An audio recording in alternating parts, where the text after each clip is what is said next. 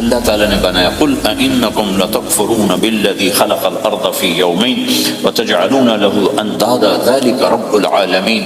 تم کس اللہ کا انکار کرتے ہو جس نے تمہارے لیے زمین کو 2 دن میں بنایا، اس کا خول. وجعل فیہا رواسی من فوقہا وقدر فیہا اقواتہا فی 4 ایام سواء للسائلین. پھر زمین کے اندر قیامت تک جتنے انسان آنے والے ہیں ان کی ضرورتوں کے خزانے بھر دیے، سٹور کر دیا، ہر چیز کو اللہ نے سٹور کر دیا. قیامت قائم ہوگی اور زمین کے خزانوں کا 1000واں حصہ بھی استعمال نہ ہوگا. اللہ اتنا نے غافر زمین کے اندر بھرا، اس میں اللہ نے 4 دن لگائے. ثم استوى الى السماء، پھر آسمان کی طرف استوا کیا. وہی دخان، آسمان ایک دھواں تھا. فقال لها، آسمانوں سے کہا. وللارض، زمینوں سے کہا. ایتیا، آؤ. طوعا او کرہا، جی چاہے یا نہ چاہے میرے آگے جھکو.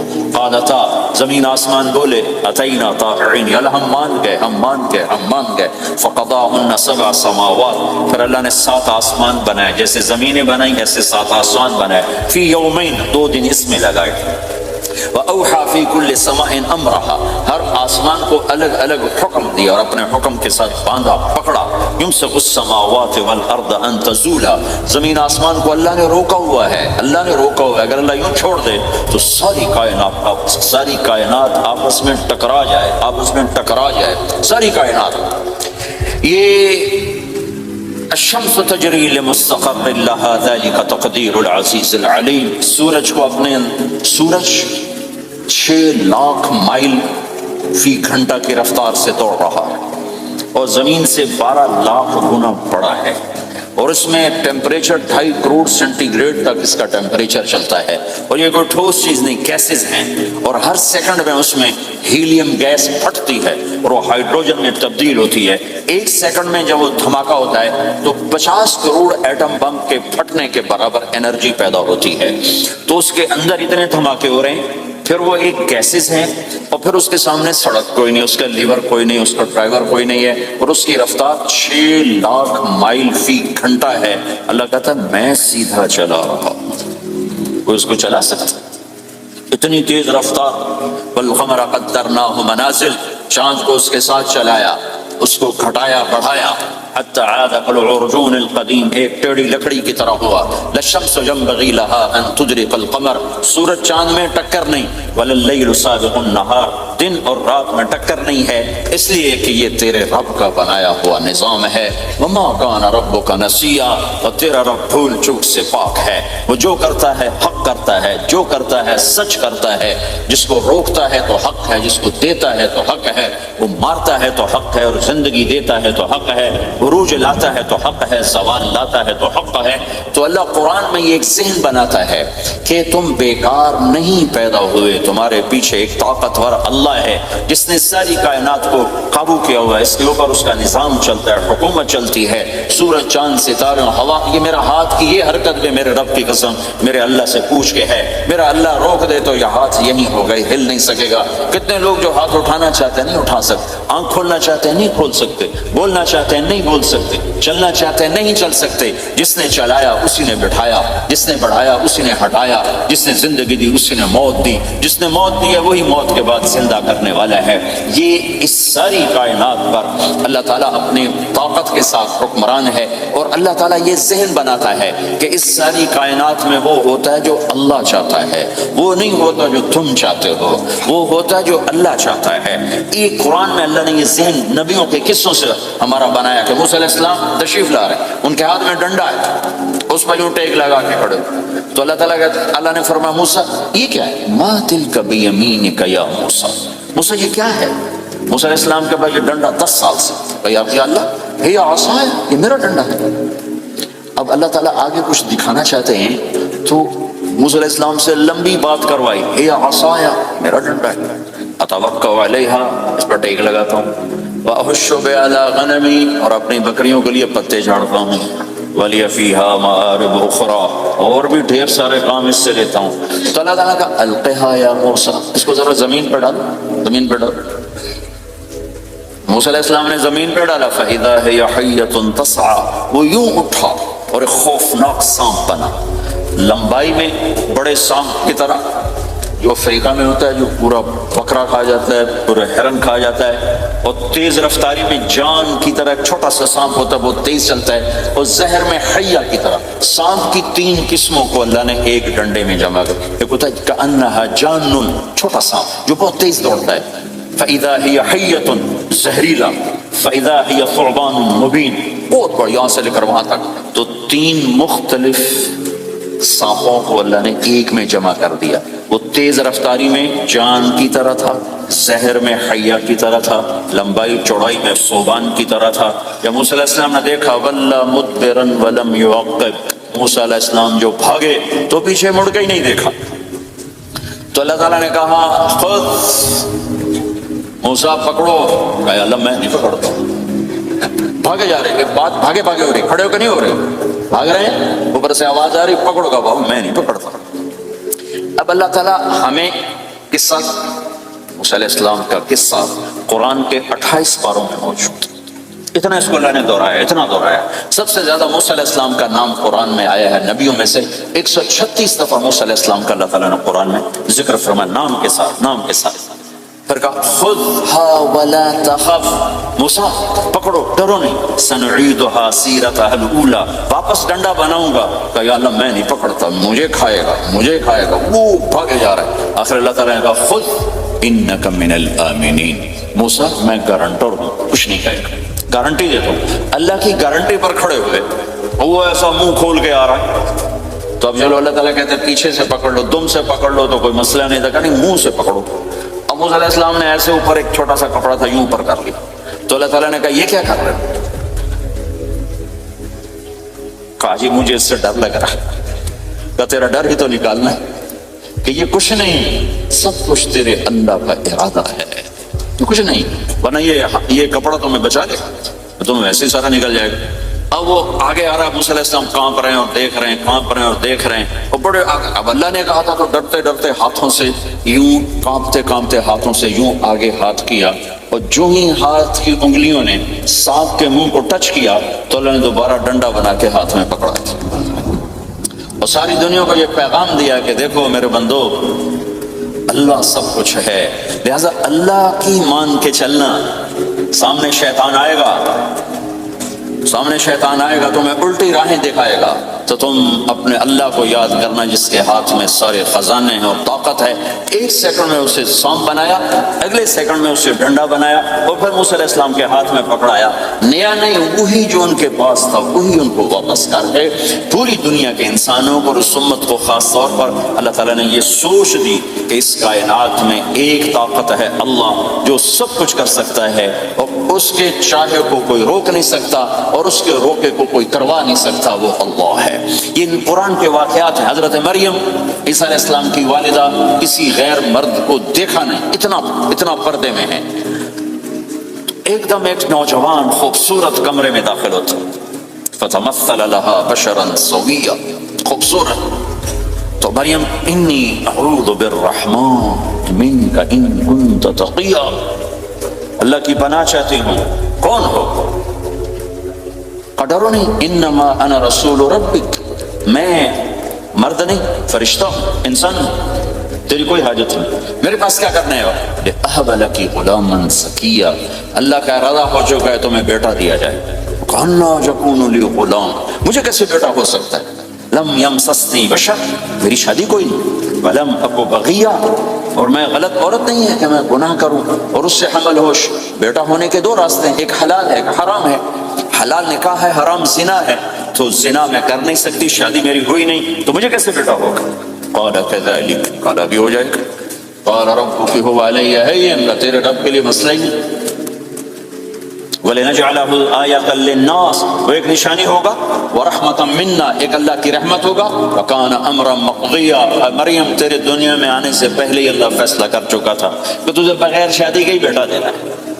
اب وہ آگے بڑھے وہ پیچھے ہٹے، وہ آگے بڑھے وہ پیچھے ہٹے، پیچھے آ گئی دیوار، اب دیوار کے آگے تو کوئی جا نہیں سکتے، تو یوں لگ کے کھڑی ہوگی، تو جبریل آئے انسانی شکل، یہاں سے پکڑا، ہاتھ کو نہیں ٹچ کیا، یہاں سے پکڑا کرتے، اور دور سے کھڑے ہو کر پھونک ماری،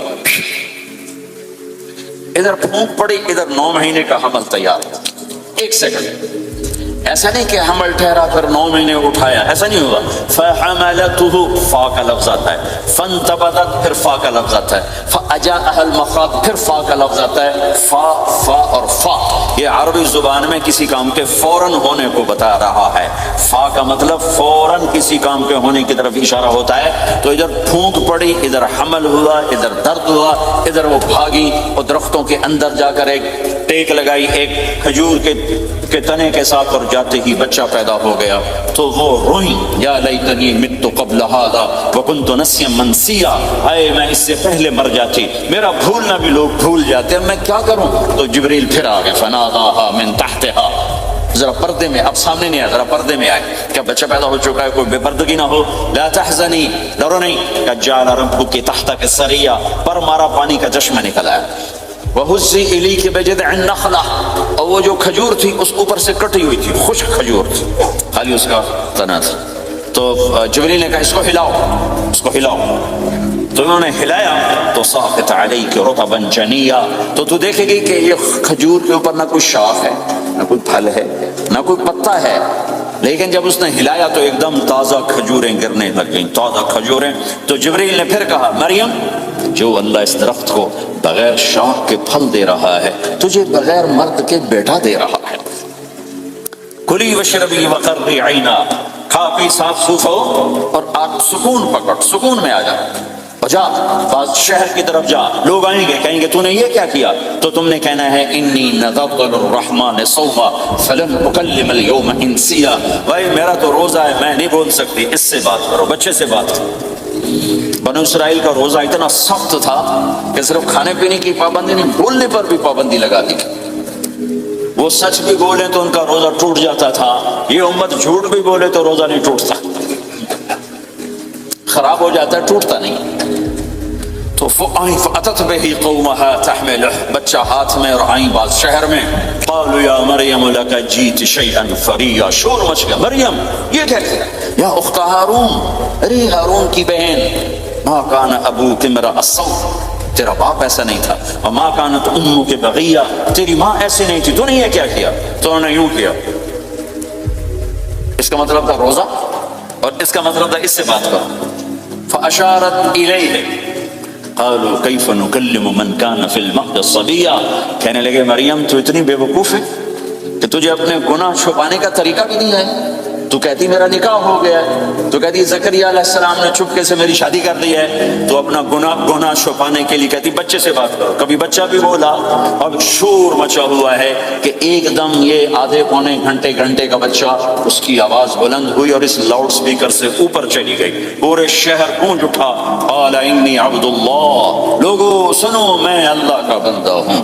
آتانی الکتاب، مجھے اللہ نے کتاب دی. وجعلنی نبیا، مجھے اللہ نے نبی بنایا. وجعلنی مبارکا، مجھے اللہ نے برکت والا بنایا. اینما کنت، میں جہاں بھی ہوں گا. واوصانی بالصلاۃ والزکاۃ ما دمت حیا، اور میرے رب نے مجھے کہا نماز پڑھنی ہے، زکات دینی ہے. وبرم بوالدتی، اور میرے رب نے مجھے کہا ہے کہ میں اپنی ماں کی خدمت کروں، فرما بردار بنوں. ولم یجعلنی جبارا شقیا، والسلام علی یوم اموت ویوم ابعث، والسلام علی یوم ولدت ویوم اموت ویوم ابعث حیا، میرے اللہ کی میرے اوپر سلامتی ہے جب پیدا ہوا، جب مروں گا، جب اٹھائے جاؤں گا. ذلک عیسی ابن مریم قول الحق الذی فیہ یمترون، یہ ہے مریم کا بیٹا عیسیٰ علیہ السلام، یہ اللہ کا بیٹا نہیں ہے، یہ مریم کا بیٹا ہے. اللہ تعالیٰ نے پورے قرآن میں کسی عورت کا نام نہیں لیا. عورت کو ایسا پردے کی چیز اللہ تعالیٰ نے بنایا ہے کہ اتنی عورتوں کا ذکر قرآن میں کیا، کسی کا نام نہیں ذکر کیا سوائے حضرت مریم کے نام. باقی سب کو امرات العزیز، امرات فرعون، امرات نوح، امرات کے ساتھ گورنر کی بیوی، فرعون کی بیوی، نوح کی بیوی، لوط کی بیوی، اللہ نام بھی لے سکتا تھا. مصر کے گورنر کی بیوی کو لفظ زلیخا بھی کہہ دیتا، زلیخا نہیں کہا. فرعون کی بیوی اللہ آسیہ کہہ دیتا، آسیہ نہیں کہا. صرف ایک عورت کا نام آیا ہے، وہ ہے حضرت مریم علیہ السلام. حضرت مریم کا نام اللہ نے اس لیے واضح کیا کہ ایک بہت بڑے طبقے نے اللہ پہ الزام لگایا کہ عیسیٰ علیہ السلام اللہ کا بیٹا ہے. تو اللہ تعالیٰ نے کہا نہیں، اللہ کا نہیں، مریم کا بیٹا ہے. اللہ کا نہیں، مریم کا بیٹا ہے۔ متخذ صاحبۃ ولا ولدا، نہ میری کوئی بیوی ہے نہ بچہ ہے۔ لم یکن لہ شریک فی الملک، نہ کوئی اس کا شریک ہے۔ ولم یکن لہ ولی من الذل، نہ کوئی اس کا مددگار ہے۔ فکبرہ تکبیرا، اس ایک اللہ کی کبریائی بڑائی کے گن گا، گیت گا، دل میں بٹھا، دل میں بٹھا، دل میں بٹھا، تاکہ سارا وجود اس کے آگے ڈھلتا جائے، چلتا جائے۔ یہ واقعات یہ ذہن بناتے ہیں کہ اس کائنات میں وہ ہوتا ہے جو اللہ چاہتا ہے، وہ ہوگا جو اللہ چاہے گا، وہ ہوا جو اللہ نے چاہا۔ ساری دنیا کے انسان جو چاہتے ہیں اللہ کے بغیر نہیں کر سکتے، اللہ جو چاہتا ہے ہم سب کے بغیر کر دیتا ہے۔ یہ ذہن بنا کر پھر اللہ اس بات پہ لاتا ہے جب سب کچھ تیرے اللہ کے ہاتھ میں ہے تو اللہ کی مان کے چل کہ یہ تیرے پاس تھوڑی سی زندگی ہے، جیسے اللہ نے اس کائنات کو بنایا ہے ایسے ہی اس کائنات کو توڑنے والا ہے۔ ایک دن آئے گا، ازفت الازفہ، وہ قریب آ چکا ہے۔ لیس لہا من دون اللہ کاشفہ، اسے کوئی روک نہیں سکتا، ہٹا نہیں سکتا، وہ آئے گا۔ لا تأتیکم الا بغتہ، وہ اچانک آئے گا۔ وہ کیسے آئے گا؟ فإذا نفخ فی الصور نفخۃ واحدہ، ایک آواز آئے گی بڑی خوفناک۔ ہے کیا عجب دن ہوگا، شب جمعہ آئے گی، جمعہ کی رات آئے گی، کسی کو نہیں خبر کہ آج کائنات کی آخری رات۔ پرندے واپس گئے ہوں گے اپنے درختوں پر، فصلوں پر، شیر اپنے ٹھکانوں پر، چیتے اپنے ٹھکانوں پر، بھیڑیے اپنے ٹھکانوں پر، بکریاں، اونٹ، گائے، بھینس اپنے اپنی جگہ پر۔ اور اگر یہ بولٹن اس وقت موجود ہوگا تو بولٹن کے باشندے سوئے ہوں گے اپنے گھروں میں، کوئی ادھر تیاری کہ میں نے جاب پہ جانا ہے، یہ میرا سامان پڑا ہے، میں نے اسکول جانا ہے، یہ میری کتابیں پڑھی ہیں، میں نے آفس جانا ہے، یہ میری فائلیں پڑھی، میرا لیپ ٹاپ پڑا ہوا ہے۔ یہ سب کچھ جیسے آج کی رات ہے ایسے ہی ایک رات آئے گی۔ دن جدا ہو کر کہے گا کہ میں کل آؤں گا، رات جدا ہو کر کہے گی میں تیرے بعد آؤں گی، اور تارے چاند ستارے بھی ابھر کر نکل کر کہیں گے ہم نے کل بھی نکلنا ہے اور ہم نے کل بھی طلوع ہونا ہے۔ سورج بھی غروب ہوتے ہوئے یہ سوچ رہا ہوگا کہ کل میں نے پھر بھی نکلنا ہے، اور چاند بھی سوچ رہا ہوگا کہ میں نے اگلے دن بھی نکلنا ہے۔ لیکن اللہ کے سوا فرشتوں تک کو نہیں پتا کہ آج آخری دن آ چکا ہے۔ اور میرے نبی نے عجب نقشہ کھینچا ہے قیامت کے دن کا۔ ہم نے کہا عورت روٹی پکا رہی ہو، اس کے ہاتھ میں روٹی ہوگی۔ اب تو یہاں روٹی پکانے کا رواج بہت کم ہو گیا، لیکن پھر بھی پکاتے ہیں۔ روٹی پکا رہی ہو، اس کے ہاتھ میں روٹی ہوگی، ابھی توے پہ ڈالنے جا رہی ہوگی۔ اور ایک چیز آپ کے ہاں بالکل نہیں ہے، ہمارے ہاں اب بھی ہے، وہ دہی کو اس میں سے مکھن نکالتے ہیں، دہی کو وہ کرش کرتے ہیں پھر اس میں سے مکھن نکال۔ یہ ہمارے گھروں میں ہوتا ہے، ہر گھر میں ہوتا ہے، خاص طور پر دیہاتوں میں۔ تو ایک عورت ایسے وہ اس دہی کو بلو کر کرش کر کے اس سے مکھن کا پیڑا یوں بنا رہی ہوگی، اور بنا کر برتن میں ڈالنے کے لیے ایسے کر رہی ہوگی، ایسے کر رہی ہوگی۔ یہ تعظیم اب آپ کو سمجھ نہیں سکتے چونکہ آپ تو ادھر کے لوگ بن گئے اب۔ تو ہمارے دیہاتوں میں اب بھی یہ تعظیم ایسے کر رہی ہوگی، ایسے کر رہی ہوگی۔ اور پھر آپ نے فرمایا کہ ایک آدمی اپنے اونٹ کو چارہ ڈالنے کے لیے اس جگہ کو صاف کر رہا ہوگا کہ میں صبح ہو گئی ہے، میں اونٹ کو چارہ ڈالوں، اور پھر میرا اونٹ کھائے، پھر اس کو لے کر میں کام پہ جاؤں۔ اور دکاندار جھاڑو دے کر اپنی سیٹ پہ بیٹھ چکا ہے، اور گاہک انٹر ہوتا ہے اور اسے کہتا ہے کہ 10 میٹر مجھے کپڑا چاہیے، اور اس کے لیے یوں کپڑا ناپ رہا ہے، ناپ کے 10 میٹر، 5 میٹر، 4 میٹر، 2 میٹر پر اس نے یوں کینچی رکھی، کینچی یہاں ہے، اور اس نے جیب سے پیسے نکالے اور گننے لگا کہ میں نے اس کو 100 پاؤنڈ دینا ہے۔ وہ گننے میں لگا ہوا ہے، یہ کاٹنے میں لگا ہوا ہے۔ اور دور کھیت میں ایک آدمی ہل چلا رہا ہے، اور ایک آدمی بیج ہاتھ میں لے کے یوں پھینکنے جا رہا ہے، اور ایک آدمی پانی لگانے کے لیے اس پانی کو ڈائیورٹ کر رہا ہے۔ اور ادھر بازار میں جلدی لوگ بھاگے جا رہے ہیں، جاب والے ایک نوالا منہ میں ہے، ایک ہاتھ میں، اور بھاگے جا رہے ہیں۔ میں آج لیٹ ہو چکا ہوں، میرا جاب کا ٹائم جا رہا ہے، میرا اسکول کا ٹائم جا رہا ہے۔ یہ ایسا ہی ایک سما ہوگا، بولٹن اٹھے گا، انگلینڈ اٹھے گا، امریکہ اٹھے گا، ایشیا اٹھے گا، یورپ اٹھے گا، افریقہ اٹھے گا، ہندوستان اٹھے گا، پاکستان اٹھے گا، Burma, Malaysia, Thailand, Indonesia اسی طرح اٹھیں گے جیسے روزانہ اٹھتے ہیں، اور اللہ کے سوا کسی کو نہیں پتا کہ آج شام ہو گئی ہے۔ لہذا ایسے اور ایک ماں چھوٹے بچے کو ناشتہ کرا رہی، جلدی سے اس کو اسکول لے جانا ہے، تو بریڈ اس کے ہاتھ میں اس کے منہ میں ڈالے، یہاں تک نوالا ہے، یہاں تک نوالا آیا ہے، یہاں تک نوالا آیا ہے، اور اس نے یہاں کینچی رکھی ہے، اس نے جیب سے نکال کر پیسے گننے شروع کیے، وہ پانی کو ڈائیورٹ کر رہا ہے، وہ یوں مٹھی بھر کے اپنا بیج پھینک رہا ہے، وہ اونٹ کے کھانے کی جگہ، گھاس چارہ کھانے کی جگہ کو صاف کر رہا ہے، دکاندار دکان کا شٹر اٹھا رہا ہے، ایک شٹر اٹھا کے بیٹھ چکا ہے، ایک دکان کے اندر جھاڑو دے رہا ہے، صفائی کر رہا ہے، اور ایک اپنے سودے گن رہا ہے، ایک اپنے پیسے گن رہا ہے، بادشاہ سلامت تاج پہن کر اپنے تخت کو چلنے کے لیے روانہ ہو رہے ہیں، اور آگے پیچھے ان کے باڈی گارڈز کھڑے ہوئے ہیں، اور وہ پورا اسکواڈ کھڑا ہوا ہے، اور ادھر بازار میں کھیت میں ہر چیز میں ایک رونق ہے، چہل پہلے، چڑیاں چوں چوں کر رہی ہیں، کوے کائیں کائیں کر رہے ہیں، فاختہ اڑ کے آ رہی، کبوتر اڑ کے آ رہے ہیں، چیل اڑ کے آ رہی، شیر نکلتا ہے شکار کے لیے، چڑیاں نکلتی ہیں دانے کے لیے، سانپ نکلتا ہے چوہے کے لیے، چوہا نکلتا ہے اپنی غذا کے لیے، بلیاں نکلتی ہیں چھیچڑے کے لیے، کتے نکلتے ہیں ہڈیوں کے لیے، انسان نکلتا ہے روٹیوں کے لیے، کہ ایک دم فَإِذَا جَاءَتِ الطَّامَّةُ الْكُبْرَىٰ، ایک دھماکہ ہوگا، آئے ہائے، اور وہ کینچی والے کی کینچی یوں گر جائے گی، کپڑا یوں گر جائے گا، نوٹ والے کے ہاتھ سے نوٹ یوں بکھر جائیں گے، بٹوا یوں بکھر جائے گا، بیج والے کا ہاتھ یوں گرے گا، بیج وہیں گر جائے گا، نوالا بنانے والی کے ہاتھ میں نوالا بیٹے کے منہ تک نہیں جائے گا، یوں گر جائے گا، اور روٹی پکانے والے کے ہاتھ سے روٹی توے پر نہیں جائے گی، یوں گرے گی، توا وہ جائے گا، وہ جائے گی، معصوم بچے کو گود میں لے کر دودھ پلانے والی بچے کو یوں پھینکے گی اور بھاگے گی، لیکن آج نہ بچے نے بچنا ہے، نہ ماں نے بچنا ہے، بوڑھے ماں باپ کو چھوڑ کے لوگ بھاگیں گے، بیویوں کو چھوڑ کے خامن بھاگیں گے، خامن کو چھوڑ کے بیوی بھاگے گی، دشمن کو دشمن یاد نہ رہے گا، یار کو یار یاد نہ رہے گا،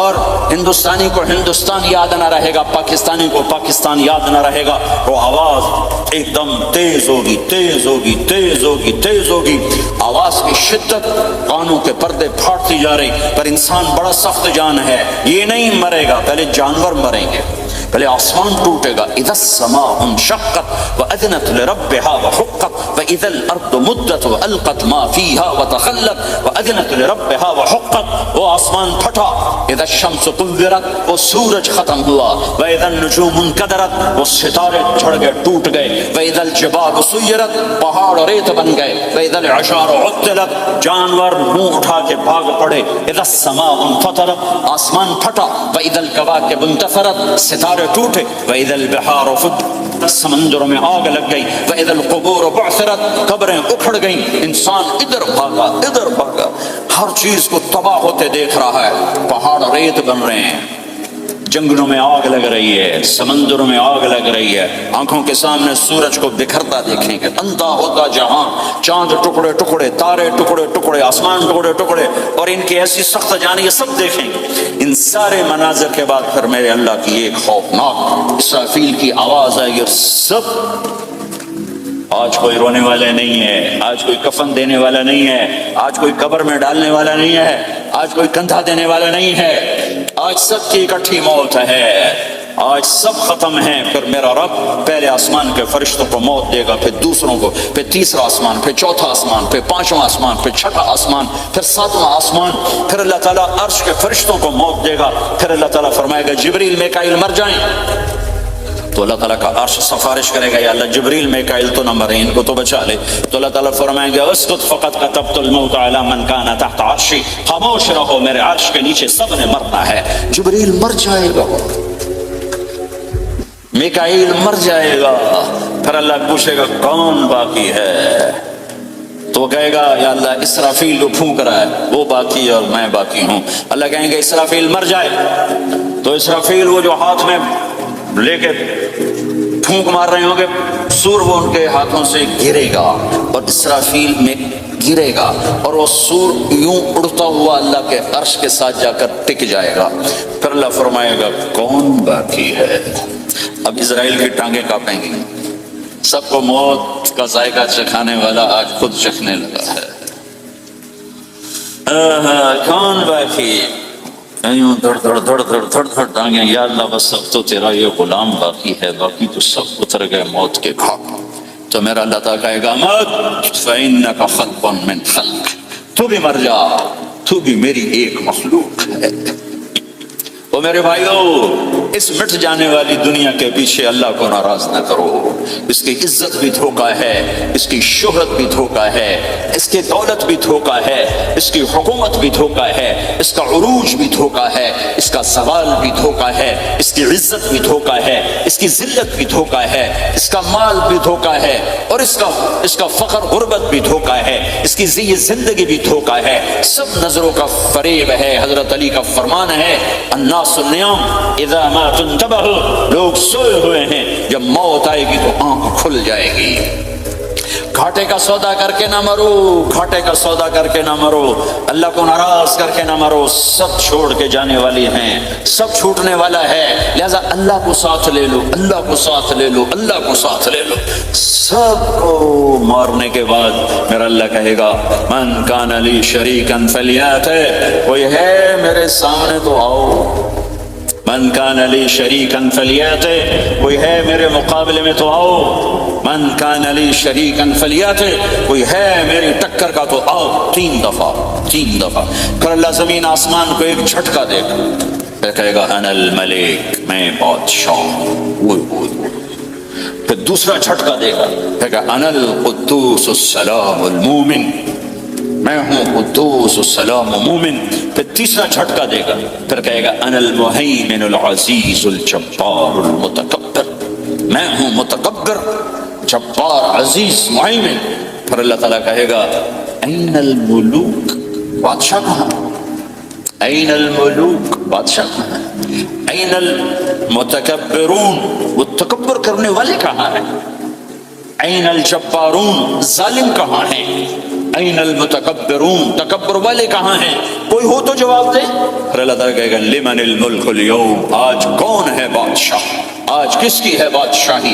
کوئی جواب دینے والا ہے ہی نہیں، تو اللہ خود کہے گا للہ الواحد القہار، آج اکیلے اللہ کی بادشاہ، آج بھی اسی کی ہے، آج بھی اسی کی ہے، پیچھے بھی اس کی تھی، آگے بھی اس کی ہے۔ للہ الامر من قبل ومن بعد، للہ الامر من قبل ومن بعد، ان الحکم الا للہ، الخلق والامر واللیل والنہار وما سکن فیہما للہ وحدہ، ان العزت للہ جميعا، قل ان الامر كله للہ، للہ ما فی السماوات وما فی الارض، وان تبدوا ما فی انفسکم او تخفوه يحاسبکم به اللہ، لہ ما فی السماوات وما فی الارض وما بینہما وما تحت الثرى، وان تجہر بالقول فانہ یعلم السر واخفى۔ وہ کون ہے؟ اللہ۔ وہ کیسا ہے؟ لا الہ الا ہو۔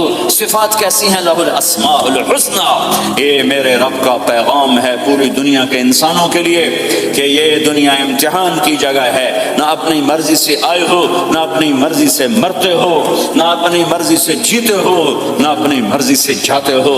لہٰذا اس 4 دن کی زندگی میں تمہیں ٹیسٹ میں ڈالا گیا ہے۔ اللہ کو راضی کرتے ہو، شیطان کو راضی کرتے ہو، اللہ کو مناتے ہو، شیطان کے پیچھے چلتے ہو، اللہ کو مناتے ہو، اپنی طبیعت اور غلام، اپنی طبیعت کے غلام بنتے ہو۔ یہ میرا اور آپ کا امتحان ہے۔ لا الہ الا اللہ میں ایگریمنٹ ہے، یا اللہ تیری مان کے چلیں۔ لا الہ الا اللہ ایگریمنٹ ہے، یا اللہ تیری مان کے چلیں۔ کیسے تیری مان کے چلیں گے؟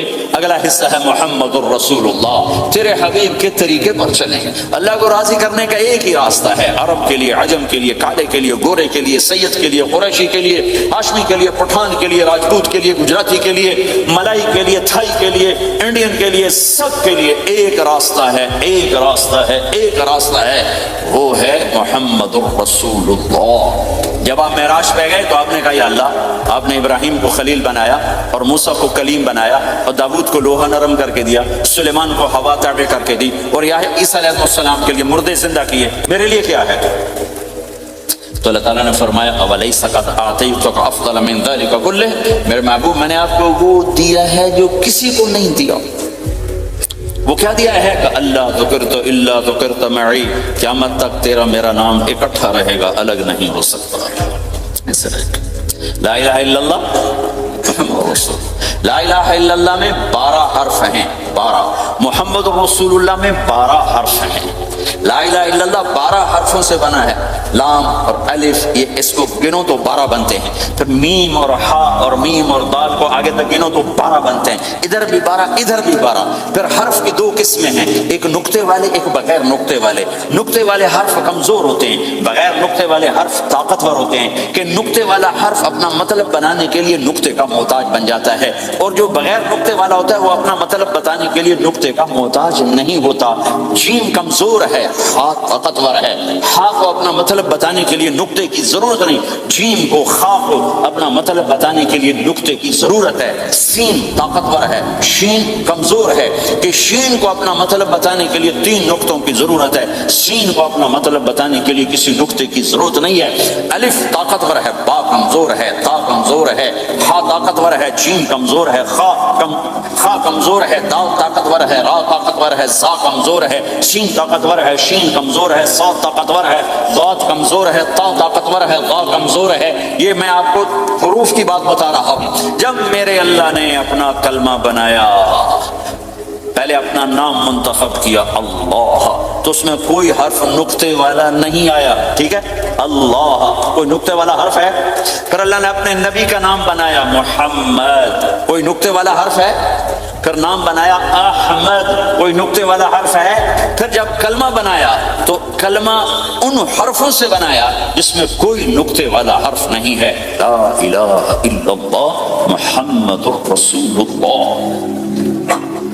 سارے خزانے اللہ کے ہاتھ میں، ساری عزتیں بلندیاں اللہ کے ہاتھ میں، جانے کا راستہ محمد الرسول اللہ، پہنچنے کا راستہ محمد الرسول اللہ، لینے کا راستہ محمد الرسول اللہ، جہنم سے بچنے کا راستہ محمد الرسول اللہ، جنت میں جانے کا راستہ محمد الرسول اللہ، دنیا کی برکتیں عزتیں سمیٹنے کا راستہ محمد الرسول اللہ، ذلتوں پستیوں سے بچنے کا راستہ محمد الرسول اللہ۔ میرے حبیب جنت کے لیے چابی ہیں، جہنم کے لیے تالا ہیں، عزت کے لیے چابی ہیں، ذلتوں کے لیے تالا ہیں، محبتوں کے لیے چابی ہیں، نفرتوں کے لیے تالا ہیں، اللہ کی رضا کے لیے وہ چابی ہیں اور اللہ کی ناراضگی کا وہ تالا ہیں۔ جو محمدی بن گیا، جو محمد مصطفیٰ صلی اللہ علیہ وسلم کی سیرت میں ظاہر میں باطن میں ڈل گیا، اللہ کا محبوب بن گیا، اللہ نے اپنا بنا لیا۔ ابو لہب قریشی ہاشمی سید، اللہ نے کہا تبت یدا ابی لہب وتب، ابو لہب برباد ہو گیا۔ بلال حبشی کا بیٹا، غلام کا بیٹا، کالے کا بیٹا، لیکن میرے نبی نے فرمایا جب میں جنت میں جاؤں گا تو میری سواری کی رسی بلال کے ہاتھ میں ہوگی، جو میرے لیک میں ساتھ چلے گا، میرے ساتھ چلے گا، اور اس دن تم بلال کی شان دیکھنا، سید قریشی سب دیکھتے رہ جائیں گے، اور ایک غلام سب سے بازی لے جائے گا کہ جب سارے جنتی جنت کے دروازوں پر اکٹھے ہوں گے تو ایسے جنت کے 8 گیٹ ہیں، وہ سارے بند ہوں گے، سب بند ہوں گے، تو کہیں گے اندر کیسے جائیں؟ تو کہیں گے چلو آدم علیہ السلام سے بات کرتے ہیں، آدم علیہ السلام سے عرض کریں گے جناب ابا جان دادا جان دروازہ تو کھلوائیں، وہ کہیں گے بچوں میں نے تمہیں نکالا تھا، میں ڈال نہیں سکتا، جاؤ بھائی کسی اور سے بات کرو۔ اب آئیں کہ نوح علیہ السلام بابا میں نہیں کر سکتا، ابراہیم علیہ السلام بابا میں نہیں کر سکتا، اسماعیل اسحاق یعقوب یوسف موسیٰ یوشع دانیال الیاس داؤد یحییٰ زکریا سلیمان، بھائی ہمارے بس کا نہیں، بھائی ہمارے بس کا نہیں، بھائی ہمارے بس کا نہیں۔ سب سے آخر میں آئیں گے عیسیٰ علیہ السلام کے پاس، اگر اللہ چاہتا تو سیدھا ہمارے نبی کے پاس پہنچا دیتا، لیکن اللہ اپنے نبی کی شان دکھانا چاہتا ہے کہ میرا نبی کتنی شان والا ہے، کتنی عزت والا ہے، جس کی سنت کو تم پھینک دیتے ہو سنت کی کوئی بات نہیں، 1 پاؤنڈ پھینکتے ہو کہ 1 پاؤنڈ گر گیا کوئی بات نہیں، کہ 1 پاؤنڈ کو بھی ڈھونڈتے پھرتے ہو، سنت کوئی بات نہیں، پاؤنڈ نہیں۔ ہمارا پاکستانی 172 سے ضرب لائے گا، ہندوستانی 100 سے ضرب لگائے گا، پتہ نہیں کیا کیا کرے گا، ہیں تو اللہ تعالیٰ سب کو بھلا دے گا۔ آدم سے کہانی شروع ہوگی، چلتے چلتے چلتے عیسیٰ علیہ السلام، عیسیٰ علیہ السلام ایک بات کا اضافہ کریں، کہا میں نہیں کھلوا سکتا، لیکن آج میں تمہیں پتہ بتا سکتا ہوں کون کھلوائے گا، یہ کوئی نبی نہیں کہے گا، تو کہیں گے جی بتاؤ، کہیں گے جاؤ محمد رسول اللہ صلی اللہ علیہ وسلم کی خدمت میں، ان کے سوا آج کوئی نہیں کھلوا سکتا۔ سارا مجمع آئے گا، یا رسول اللہ، یا حبیب اللہ، یا نبی اللہ، تھک گئے ہم، جنت کے دروازے بند ہیں، دروازے کھلوائیں، تو آپ کہیں گے انا لہو، ہاں میں ہی کھلواؤں گا، میں ہی کھلواؤں گا۔ پھر آپ نے فرمایا سب کے سامنے سجدہ کروں گا اللہ تعالیٰ کو، کہ اللہ تعالیٰ اپنی تعریف کا مجھے الہام کرے، میں اللہ کی تعریف کروں جو ابھی مجھے بھی نہیں پتا کیا تعریف کروں گا، اس وقت اللہ تعالیٰ مجھے عطا کرے گا۔ پھر میرا اللہ کہے گا یا حبیبی یا محمد ارفع رأسک سل تعطا اشفع تشفع، اے میرے حبیب، اے میرے محبوب، سر اٹھا، سوال کر پورا ہوگا، سفارش کر مانی جائے گی۔ تو ہمارے نبی کہیں گے اللہ جنت کا دروازہ کھول، تو اللہ تعالیٰ فرمائیں گے اوپننگ سیریمنی تجھ سے ہوگی، تو اوپننگ کرے گا پھر کھلے گا، ایسے نہیں کھل سکتا۔ تو میں تیار ہوں۔ تو جنت سے ایک سواری آئے گی اڑتے ہوئے اور ہیلی کاپٹر کی طرح لینڈ کرے گی اللہ کے نبی کے سامنے، تو آپ اس کے اوپر ایسے بیٹھ جائیں گے، تو اس کی جو رسی ہوتی ہے جس سے اس کو چلایا جاتا ہے وہ رسی سے نیچے گر جائے گی۔ رسی کے نیچے گرنے کا مطلب ہے کہ اس سواری کو اللہ کے نبی نے خود نہیں چلانا، کوئی اور آئے گا جو رسی پکڑ کے چلے گا۔ اب اللہ کے نبی کی سواری کی رسی پکڑ کے چلنا یہ کوئی چھوٹا آنر تو ہے، لہٰذا سب یوں دیکھیں گے پھر، چونکہ وہ خالی اس سے سب کو پتا چل جائے گا کہ کوئی آئے گا، ورنہ اللہ کے نبی کے ہاتھ میں رہتی ایسے گئی، تو لہٰذا سب ایسے کون کون کون کون آئے گا بھائی، کون آئے گا بھائی؟ شاید ابو بکر آئیں، یہ تو اب سے کہہ رہا ہوں، شاید عمر آئیں، عثمان آئیں، علی آئیں، نہیں بیٹے آئیں گے، حسن حسین آئیں گے، کتنے سوال اٹھ سکتے، جعفر آئیں گے، حمزہ آئیں گے، عباس آئیں گے، سب اس حیرانی میں ہوں گے، سب کی نظریں ایسے ایسے ہوں گی کہ میرے اللہ کا فرمان ہوگا بلال حبشی کو لایا جائے، یہ رسی اس کو پکڑائی جائے۔ بلال رضی اللہ تعالیٰ عنہ اللہ کے نبی کی سواری کی رسی پکڑ کر چلیں گے، اور آپ نے فرمایا میں سب سے پہلے جنت کے دروازے پر دستک دوں گا، فَأُقَاطِعَهَا فَيُفْتَحُ لِي، میرے لیے دروازے پر دستک دوں گا تو اندر سے آواز آئے گی، کون؟ میں کہوں گا محمد الرسول اللہ۔ وہ کہیں گے یا رسول اللہ حکم تھا آپ کے بغیر دروازہ نہ کھلے، میں کھولوں، میرے لیے کھلے گا، میں اندر جاؤں گا۔ تو آپ نے فرمایا میرے ساتھ میری امت کے غریب لوگ پہلے میرے ساتھ جنت میں داخل، میری امت کے غریب لوگ پہلے میرے ساتھ جنت میں داخل ہوں۔ پھر آپ نے ایک عجیب بات فرمائی کہ میں دیکھوں گا کچھ عورتیں مجھ سے آگے نکل جائیں گی، کچھ عورتیں مجھ سے آگے نکل جائیں گی، تو میں ان کو حیران ہو کر پوچھوں گا تم کون ہو جو اپنے نبی سے آگے جا رہی ہیں؟ وہ کہیں گے یا رسول اللہ ہم وہ ہیں جو جوانی میں بیوہ ہو گئے اور اپنے بچوں کی خاطر دوسری شادی نہ کی، ان کی تربیت کے لیے دوسری شادی نہ کی، اور اپنے جذبات کو سینے میں دبا کے سو گئی، ہم وہ ہیں۔ تو اللہ کے نبی نے فرمایا وہ مجھ سے بھی آگے گزر کے جائیں گی۔ ہمارے معاشرے میں کوئی بچی بیوہ ہو جائے، طلاق ہو جائے تو وہ ایک بوجھ بن جاتی، بوجھ بن جاتی۔ میرے نبی نے فرمایا تمہیں وہ صدقہ بتاؤں جس سے بڑھ کر کوئی صدقہ ہی نہیں ہے، آپ نے فرمایا کہ میں تمہیں وہ صدقہ بتاؤں جس سے بڑھ کے کوئی صدقہ نہیں ہے۔ تو انہوں نے کہا جی وہ کیا؟ قال الابنۃ المردودہ، جس کی بیٹی کو طلاق ہو گئی یا جوانی میں بیوہ ہو گئی اور لوٹ کے ماں باپ کے پاس آ گئی، اس پہ خرچ کرنا سب سے بڑا صدقہ۔ چونکہ ماں باپ بھی تنگ پڑ جاتے ہیں اور بھائی تو پہلے ہی کہتے ہیں کہاں مصیبت سر پہ آ پڑی ہے، تو میرے نبی نے اس کو کور کرنے کے لیے، کیونکہ زندگی تو حادثات کا نام ہے، ہوتے رہتے ہیں، تو میرے نبی نے فرمایا سب سے اعلیٰ درجے کا صدقہ ہے اس بچی پہ خرچ کرنا جو طلاق ہو کے گھر واپس آ جائے یا بیوہ ہو کے گھر واپس آ جائے، اس پہ خرچ کرنا سب سے اعلیٰ درجے کا خرچ ہے۔ تو ان کی یہ قربانی کہ وہ اللہ کے نبی نے فرمایا مجھ سے بھی آگے جا رہی ہوں۔ آپ نے فرمایا جنت کی چابی میرے ہاتھ میں ہے، اللہ کا جھنڈا میرے ہاتھ میں ہے، کوئی نبی جنت میں جا نہیں سکتا جب تک میرا قدم نہ پڑ جائے، اور کوئی امت جنت میں جا نہیں سکتی جب تک میری امت نہ چلی جائے۔ تو بھائیو اللہ کے خزانوں تک پہنچنے کا راستہ ہے محمد الرسول اللہ، اور چونکہ قیامت تک آپ نے نمونہ بندہ تھا تو اللہ نے اپنے نبی کی زندگی کی ہر شے محفوظ کر دی، کوئی چیز چھپی نہیں ہے۔ آپ کے جسم مبارک سے نکلا ہوا ہر عمل 1435واں سال شروع ہو چکا ہے، محفوظ ہے، مکتوب ہے، موجود ہے۔ کسی نبی کا حلیہ ایسے موجود نہیں جیسے ہمارے نبی کا حلیہ موجود ہے۔ آپ چلتے کیسے تھے؟ یمشی تکفیا، آپ چلتے تھے کہ جیسے کوئی آدمی اوپر سے نیچے آ رہا ہو تو تھوڑا سا آگے جھک کے چلتا ہے، اور آپ چلتے تھے کہ آپ کے پاؤں کا چلنے کا فاصلہ، قدم سے قدم فاصلہ چھوٹا ہوتا تھا، اور چال میں تیزی ہوتی تھی، چال میں تیزی، فاصلہ تھوڑا، اس طرح آپ چلتے تھے۔ آپ کے دیکھنے کا انداز کیا تھا؟ یہ جل نظرہ الملاحظہ، یوں دیکھتے تھے، شرم کی وجہ سے نظر نہیں اٹھاتے تھے، مردوں میں بیٹھ کر کبھی کبھی یوں آنکھ اٹھاتے تھے تو پھر کسی میں جرت نہیں ہوتی تھی کہ آپ کی آنکھوں میں آنکھیں ڈال کے دیکھ سکے، پھر سارے یوں ہو جاتے تھے، صرف 2 آدمی آپ کو دیکھ سکتے تھے اس وقت جب آپ کی نظر اوپر ہوتی تھی تو 2 آدمی آپ کو دیکھ سکتے تھے، ایک ابو بکر اور ایک عمر بس۔ آپ مسجد میں داخل ہوئے، آپ کے ادھر ابو بکر تھے، ادھر عمر تھے، سامنے مجمع تھا، آپ نے یوں ابو بکر کو پکڑا، یوں عمر کو پکڑا، یوں ان کے دونوں کے ہاتھ پکڑ کر مجھے دیکھ رہے ہو، ہاکذا نحشر یوم القیامہ، قیامت کے دن ہم تینوں یوں اٹھائے جائیں گے کہ میرے دائیں طرف ابو بکر ہوگا اور میرے بائیں طرف عمر ہوگا، اور ہم تینوں یوں اپنی قبروں سے نکلیں گے۔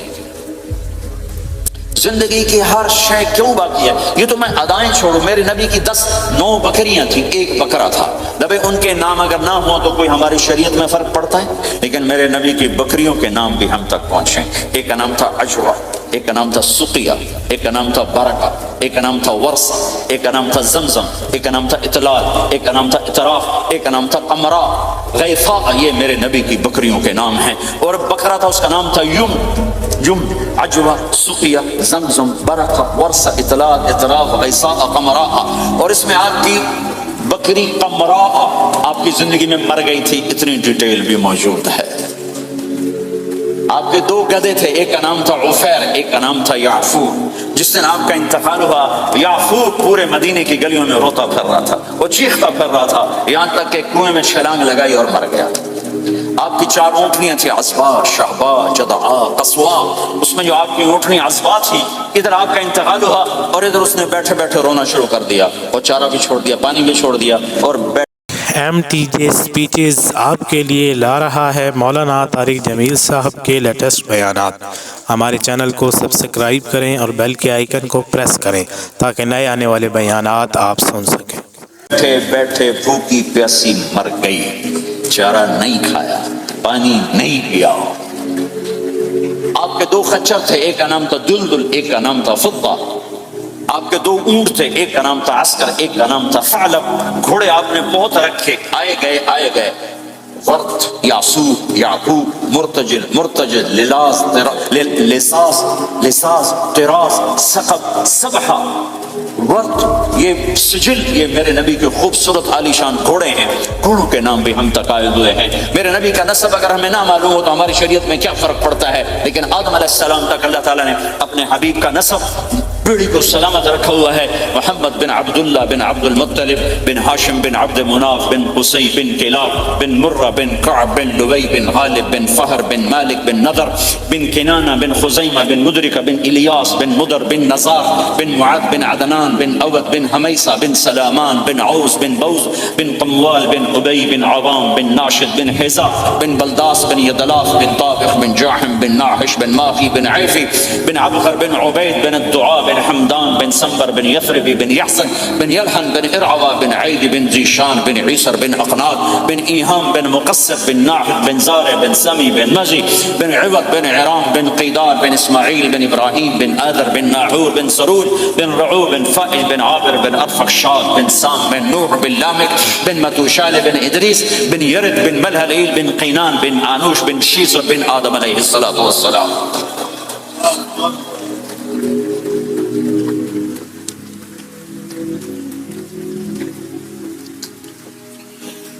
اللہ کا اعلان ہے، جہاں رہو اللہ کے نبی کے طریقوں کو پکڑتے رہو۔ اللہ تعالیٰ تک پہنچنے کا بس ایک ہی راستہ ہے، ایک ہی راستہ ہے، وہ ہے جناب رسول اللہ صلی اللہ تعالی علیہ وسلم کی مبارک زندگی۔ نقل مار لو، نقل مارنے سے پاس ہو نہیں جاتے لوگ۔ ہمارے انڈیا پاکستان میں خوب نقل چلتی ہے، وہ نقل لگاتے ہیں پاس ہو جاتے ہیں۔ میں بھی ذمہ داروں کی اولاد، پڑھنے کا شوق نہیں تھا، ہمیشہ نقل مار کے ہی پاس ہوئے، کیونکہ پڑھنے کا شوق ہی نہیں تھا۔ ماں باپ نے ڈنڈا چڑھا دیا کہ ڈاکٹر بنانا ہے۔ مجھے کبھی زندگی بھر شوق نہیں ہوا کہ میں نے ڈاکٹر بننا۔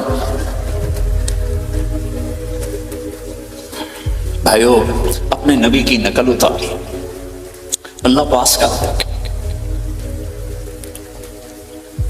اس نے ایک چنا ہے جس کو حبیب بنایا ہے، 10,000 سال کا پروسیس ہوا اور اس میں سے محمد مصطفیٰ صلی اللہ علیہ وسلم کی ہستی کو وجود ملا۔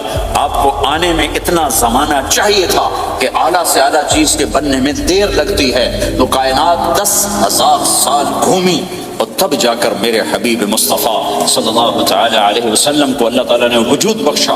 سب سے عالی نسب، سب سے عالی خاندان، سب سے عالی صفات۔ اب اللہ کے خزانوں سے لینے کا راستہ پاؤنڈ نہیں، ڈالر نہیں ہے، تجارت نہیں ہے، اللہ سے لینے کا راستہ میرے نبی کا طریقہ ہے۔ تجارت میں ہو، زراعت میں ہو، جاب میں ہو، کھیتی باڑی میں ہو، میرے نبی کا طریقہ ایک مسجد کا ہے، نماز۔ 5 وقت کی نماز یہ میرے نبی کی آنکھوں کی ٹھنڈک ہے۔ 5 وقت کی نماز اس امت کی شان پہچان ہے، اور اللہ تعالیٰ نے پہلی امتوں پر اتنی بڑی مشقت ڈالی کہ ان کی نماز مسجد کے علاوہ کہیں نہیں ہوتی تھی، مسجد میں ہی ہوتی تھی۔ ہمارے لیے کتنی آسانی کر دی، جاب میں ہے مصلی بچھا نماز پڑھ، چلو مسلح بھی کوئی نہیں، زمین دیکھ اس پر کوئی گندگی تو کوئی نہیں ہے، بس زمین بھی تیرے لیے پاک ہے، چل نماز پڑھ۔ اور آسانی کر دی، پانی کوئی نہیں ہے، کوئی بات نہیں، مٹی میں ہاتھ مار، منہ پہ مار، پھر ایک ہاتھ مار یوں کر، چل نماز پڑھ، میں تیری قبول کروں گا۔ یہ کسی امت کے ساتھ یہ نہیں ہوا، انہیں وضو ہی کرنا تھا چاہے پانی 50 میل پر موجود ہو، اور ہمارے لیے پانی کوئی نہیں ہے، چلو تیمم، مٹی میں ہاتھ ہمارا یوں کیا، پھر ہاتھ ہمارا ایک یوں کیا، ایک یوں کیا، چل بھائی اللہ اکبر قبول۔ عمار بن یاسر رضی اللہ تعالیٰ عنہ سفر میں تھے، ان کو نہانے کی ضرورت ہو گئی، نائٹ فال ہو گیا، تو انہوں نے سوچا کہ ویسے تو آدمی کو وضو کی ضرورت ہوتی ہے تو خالی منہ پہ ہاتھ مارا اور یوں کونیوں تک، لیکن مجھے تو غسل کی ضرورت ہے، تو خالی اس سے تو کافی نہیں ہوگا، تو انہوں نے کپڑے اتارے، اکیلے تھے، لیٹ ریت کے اوپر کبھی یوں لیٹے، کبھی یوں لیٹے، کبھی یوں لیٹے، 3-4 دفعہ یوں یوں اور یوں رول ہوتے ہوتے پھر انہوں نے نماز پڑھی۔ آئے اللہ کے نبی کے بارگاہ میں، یا رسول اللہ مجھے رات کو نہانے کی ضرورت پڑ گئی، تو میں نے کہا وضو کے لیے تو خالی یہ 2 دفعہ کرنا کافی ہے، تو یہ تو نہانا تھا، تو میں تو ریت میں خوب رول ہوتا رہا۔ میرے نبی نے انما یکفیک ضربتان، ارے سیدھے بندے عمار، اس کے لیے بھی اتنا ہی کافی تھا کہ تو یوں کرتا اور یوں کرتا اور تو پاک ہو جاتا۔ اللہ نے اس نبی کے طفیل، اس محبوب مصطفیٰ صلی اللہ علیہ وسلم کے طفیل، اللہ نے کیا کیا سہولتیں اور آسانیاں ہمیں عطا فرمائیں۔ پھر نماز 4 کی 2 رکعت کر دی، تم مسافر 2 پڑھو، روزے میں سفر میں روزہ معاف کر دیا، بعد میں رکھ لینا، قضا کرنے کا حکم، بالکل چھوڑنے کا نہیں، اور کہا کہ بھائی مریض ہو چھوڑ دو، مسافر ہو چھوڑ دو، اور نماز 2 رکعت کر دو، سنتیں چھوڑ دو۔ ابن عمر رضی اللہ تعالیٰ عنہ بیٹھے تھے تو انہوں نے 2 رکعت پڑھ کے بیٹھ گئے، تو ان کے خادم نے کہا سنتیں نفل نہیں پڑھو گے؟ کہا اگر پڑھنا تھا تو 4 فرض پڑھتا میں، میرے اللہ نے معافی دے دی تو میں کیوں پڑھوں؟ میرے نبی نے سفر میں سنتیں نہیں پڑھی کبھی، اپنی امت کو سہولت دینے، فجر کی سنتیں 2 پڑھتے تھے، اس کے علاوہ سنتیں نہیں پڑھی تاکہ میری امت کو سہولت ہو، آسانی ہو۔ ایک دفعہ بارش ہو رہی تھی اور کوئی جگہ نہیں تھی نماز پڑھنے کے لیے، تو آپ نے اپنی اونٹنی کو آگے کیا اور اس پر بیٹھ گئے، بیٹھے ہی تھے، پیچھے صحابہ نے اونٹنیوں پر ہی صفیں بنائی، اور یہ نماز اونٹنی پہ بیٹھ کر ادا کی گئی بارش کے اندر۔ نماز اونٹنی کے اوپر نماز بھی ہو گئی، رکوع بھی ہو گیا، سجدہ بھی ہو گیا، سلام بھی ہو گیا۔ پہلی امتوں کے لیے نہیں تھا، سجدہ ہی کرنا پڑے گا۔ یہ اللہ کے محبوب مصطفیٰ صلی اللہ تعالی علیہ وسلم کی طفیل، میرے اللہ نے ہم پہ فضل و احسان کیا، تو میرے نبی کی زندگی میں عبادات میں نماز سب سے اعلیٰ نظر آتی ہے، سب سے نمایاں نظر آتی ہے، اور پھر بازار میں، گھر میں، دفتر میں، ماحول میں میرے نبی کے اخلاق، یہ زندگی کا دوسرا روشن پہلو ہے۔ میرے نبی کی ساری زندگی 2 لفظوں میں آتی ہے، عبادت اخلاق، عبادت اخلاق، یا تو اور لفظ حقوق اللہ حقوق العباد، حقوق اللہ حقوق العباد، حقوق اللہ میں نماز سب سے اعلیٰ، اور حقوق العباد میں لوگوں کی برداشت کرنا، لوگوں سے درگزر کرنا، معاف کرنا، جھوٹ سے بچنا، دھوکے سے بچنا۔ میرے نبی سے پوچھا گیا یا رسول اللہ مسلمان کنجوس ہو سکتا ہے؟ ہم نے کہا ہو سکتا ہے۔ یا رسول اللہ مسلمان کمزور ہو سکتا ہے، بزدل ہو سکتا ہے، ڈرپوک ہو سکتا ہے؟ آپ نے کہا ہو سکتا ہے۔ یا رسول اللہ مسلمان جھوٹ بول سکتا ہے؟ آپ نے کہا نہیں، جھوٹ نہیں بول سکتا، جھوٹ نہیں بول سکتا۔ ہے میرے نبی نے فرمایا میرا امتی ہر گناہ کر سکتا ہے پر ایک جھوٹ نہیں بولے گا، ایک دھوکہ نہیں دے گا، لیکن پوری دنیا میں سب سے زیادہ جھوٹ بولنے والا اور دھوکہ دینے والا وہ اس امت کا فرد بن چکا ہے۔ سب سے زیادہ دھوکہ دینے والے ہم بن گئے، سب سے زیادہ جھوٹ بولنے والے ہم بن گئے۔ اور میرے نبی نے فرمایا تھا کہ مسلمان جھوٹ نہیں بولتا، دھوکہ نہیں دیتا، ہر گناہ کر سکتا ہے، جھوٹ نہیں بولے گا، دھوکہ نہیں دے گا۔ یہ میرے نبی کی زندگی کا دوسرا پہلو ہے کہ سچائی پہ جمو۔ چند پیسے بچانے کے لیے جھوٹ بولنا، ٹیکس بچانے کے لیے جھوٹ بولنا، کتنے پاؤنڈ بچا دو؟ ادھر تمہارے سامنے سچ روشن کھڑا ہوا ہے۔ میرے نبی نے کہا الصدق ینجی والکذب یہلک۔ ادھر جھوٹ کھڑا ہے، ادھر جھوٹ کے ساتھ 4 پاؤنڈ بچیں گے، ادھر سچ کے ساتھ اللہ ملے گا، لے لو جو لینا ہے لے لو۔ ہاں، الا لعنت اللہ علی الکاذبین، جھوٹوں پہ اللہ کی لعنت۔ اس لعنت کے ساتھ 400 پاؤنڈ بچا لیے، 4000 بچا لیے، 4 ملین بچا لیے، 4 بلین بچا لیے، 4 ٹریلین بچا لیے، ساری دنیا کو بچا لیا، اور اوپر اللہ کی لعنت پڑی تو اللہ کی قسم گھاٹے کا سودا ہے۔ اور سچے ہو گئے، سچ بولا، یہ میں 100 پاؤنڈ کماتا ہوں، لے لو جو لینا ہے اس میں سے، یہ میں 1000 پاؤنڈ کماتا ہوں، لے لو جو لینا ہے، یہ میں 50,000 پاؤنڈ کماتا ہوں، لے لو جو لینا ہے۔ کہ مسلمان کی زبان سے جھوٹ نہیں نکلتا، سچ ہی بولتا ہے۔ آپ تشریف لے جا رہے ہیں، ایک آواز ہے یا رسول اللہ، آپ نے یوں دیکھا، کوئی نظر نہیں آیا، پھر آواز ہے یا رسول اللہ، تو آپ نے دیکھا کہ ہرنی ڈیئر چھوٹی وہ کھڑی ہوئی رسی میں بندھی، تو آپ نے کہا کیا ہوا؟ کہا جی آپ کا صحابی مجھے پکڑ کے لایا ہے، میرے چھوٹے چھوٹے بچے بھوک سے رو رہے ہوں گے، آپ مجھے چھوڑ دیں، میں بچوں کو دودھ پلا کے واپس آ جاتی، مجھے پتا ہے میرے اللہ کی تقدیر میرے بارے میں کیا ہے۔ تو آپ نے کہا اگر تو واپس نہ آئی تو پھر؟ تو اس نے کہا مجھے اللہ جہنم میں ڈالتا۔ آپ نے اس کی رسی کھول دی، خود وہیں بیٹھ گئے، اس نے دوڑ لگائی اور پہاڑوں میں گم ہو گئی۔ تھوڑی دیر کے بعد وہ دوڑتی ہوئی آئی اور آ کے سر یا رسول اللہ میں حاضر ہو گیا، تو آپ نے اس کو باندھ کے وہیں آپ بیٹھ گئے نہیں۔ دیر کے بعد وہ صحابی آئے جنہوں نے اس کو شکار کیا تھا، پکڑا تھا، تو کہنے لگے، ان کا یا رسول اللہ آپ یہاں کیسے؟ کہ میں ایک درخواست لے کر آیا ہوں۔ کہ کیا؟ کہ یہ ہرنی مجھے ہدیہ کر دے۔ کہ یا رسول اللہ سب کچھ آپ کا ہے، میں نے بس یہ ہدیہ کر دیا۔ یا رسول اللہ حاضر۔ تو آپ نے اس کو لے کر رسی اس کی گردن سے لے نکالی کہ جا بچی اپنے بچوں کے پاس جا کے خوشی منا۔ سچ نجات دیتا ہے اور جھوٹ ہلاک کرتا ہے۔ ایک ہرنی جان کی بازی کھیل گئی سچ بولنے کے لیے، تم چند پاؤنڈوں پہ جھوٹ بولتے ہو، ایمان کو برباد کر کے رکھ دیتے ہو۔ مسلمان جھوٹ نہیں بولتا، مسلمان دھوکہ نہیں دیتا، مسلمان کی زبان سے سخت بول نہیں نکلتا، کسی کو بے عزت نہیں کرتا، کسی کو کی بے اکرامی نہیں کرتا، کسی کا دل نہیں توڑتا، کسی کو ذلیل نہیں کرتا، خود سہتا ہے، اوروں کو خوشیاں دیتا ہے، خود دکھ سہتا ہے، اوروں کو راحت دیتا ہے، خود تکلیف سہتا ہے۔ یہ میرے نبی کے اخلاق ہیں، یہ میرے نبی کی زندگی ہے، اور یہ اسلام کا سب سے بڑا چیپٹر ہے اور سب سے مشکل چیپٹر ہے۔ جب میرے نبی نے لمبی نمازیں پڑھی تو اللہ نے روک دیا کہ میرے حبیب ما انزلنا علیک القرآن لتشقى، اتنی لمبی نماز نہ پڑھ کے تو تھک جائے۔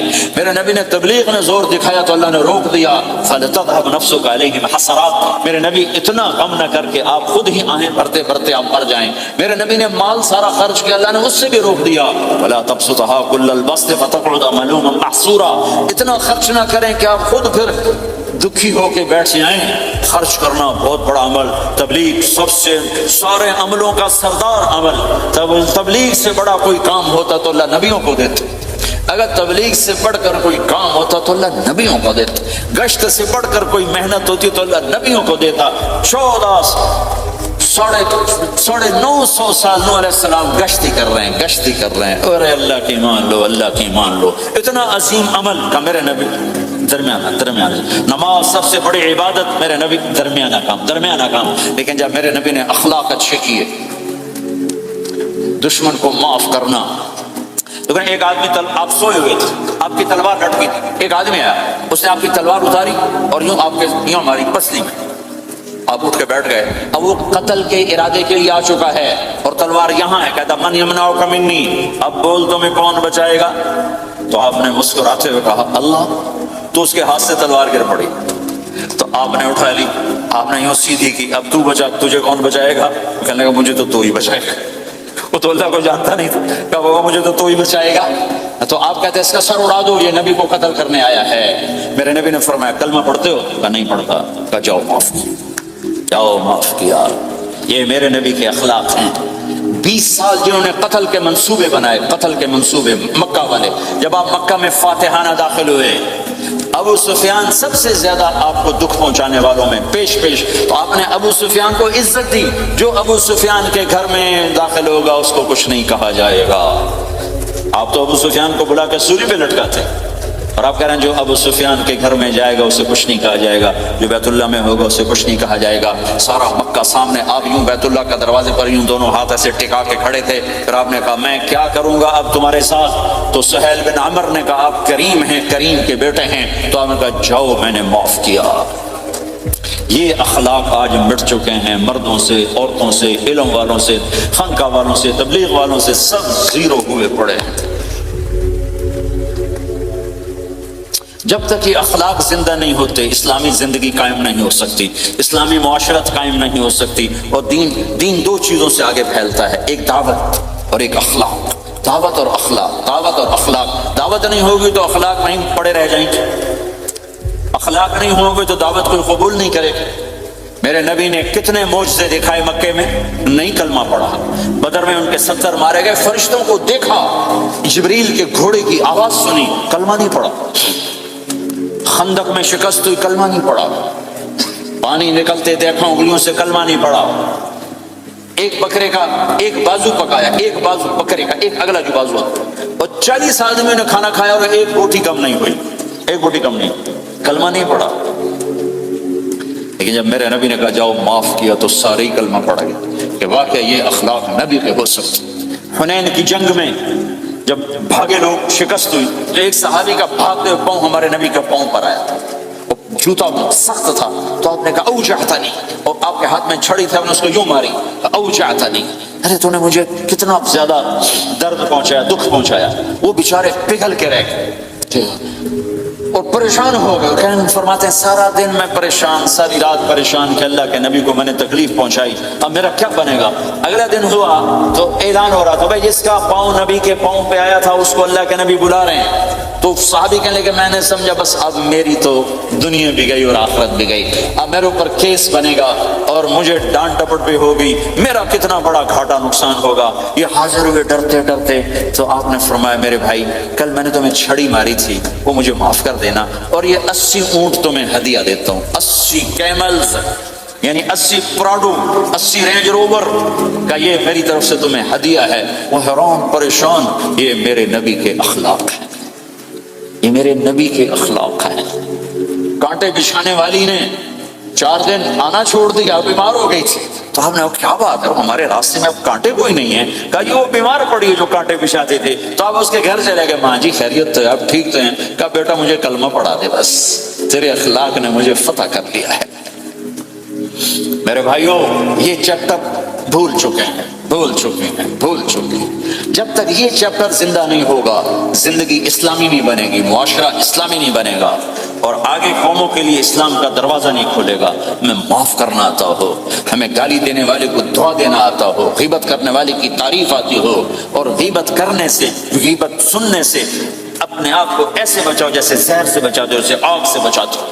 ایک دوسرے کو نفرت کا بول نہ بولو ورنہ ساری زندگی تباہ و برباد ہو جائے گی. میرے رب کی قسم، میرے نبی نے کہا ایک زبان کا بول انسان بولتا ہے اور جہنم کی گہرائیوں میں گر جاتا ہے، اور ایک زبان کا بول انسان بولتا ہے اور جنت کے درجات پر چڑھ جاتا ہے. یہ زبان بہت طاقتور چیز ہے. میں ہر بیان میں اس کو دہرا رہا ہوں کہ جتنا یہ عمل ختم ہو چکا ہے اتنا کوئی عمل بھی نہیں ختم ہوا ہے. میرے نبی نے فرمایا معاذ تمہیں سارے دین کا خلاصہ بتاؤں؟ معاذ الا انبئک بملاک ھذا کلہ، میں تمہیں پورے دین کا خلاصہ بتاؤں؟ کون معاذ؟ کون معاذ جس کے ہاتھ میں علماء کا جھنڈا ہوگا؟ کون معاذ؟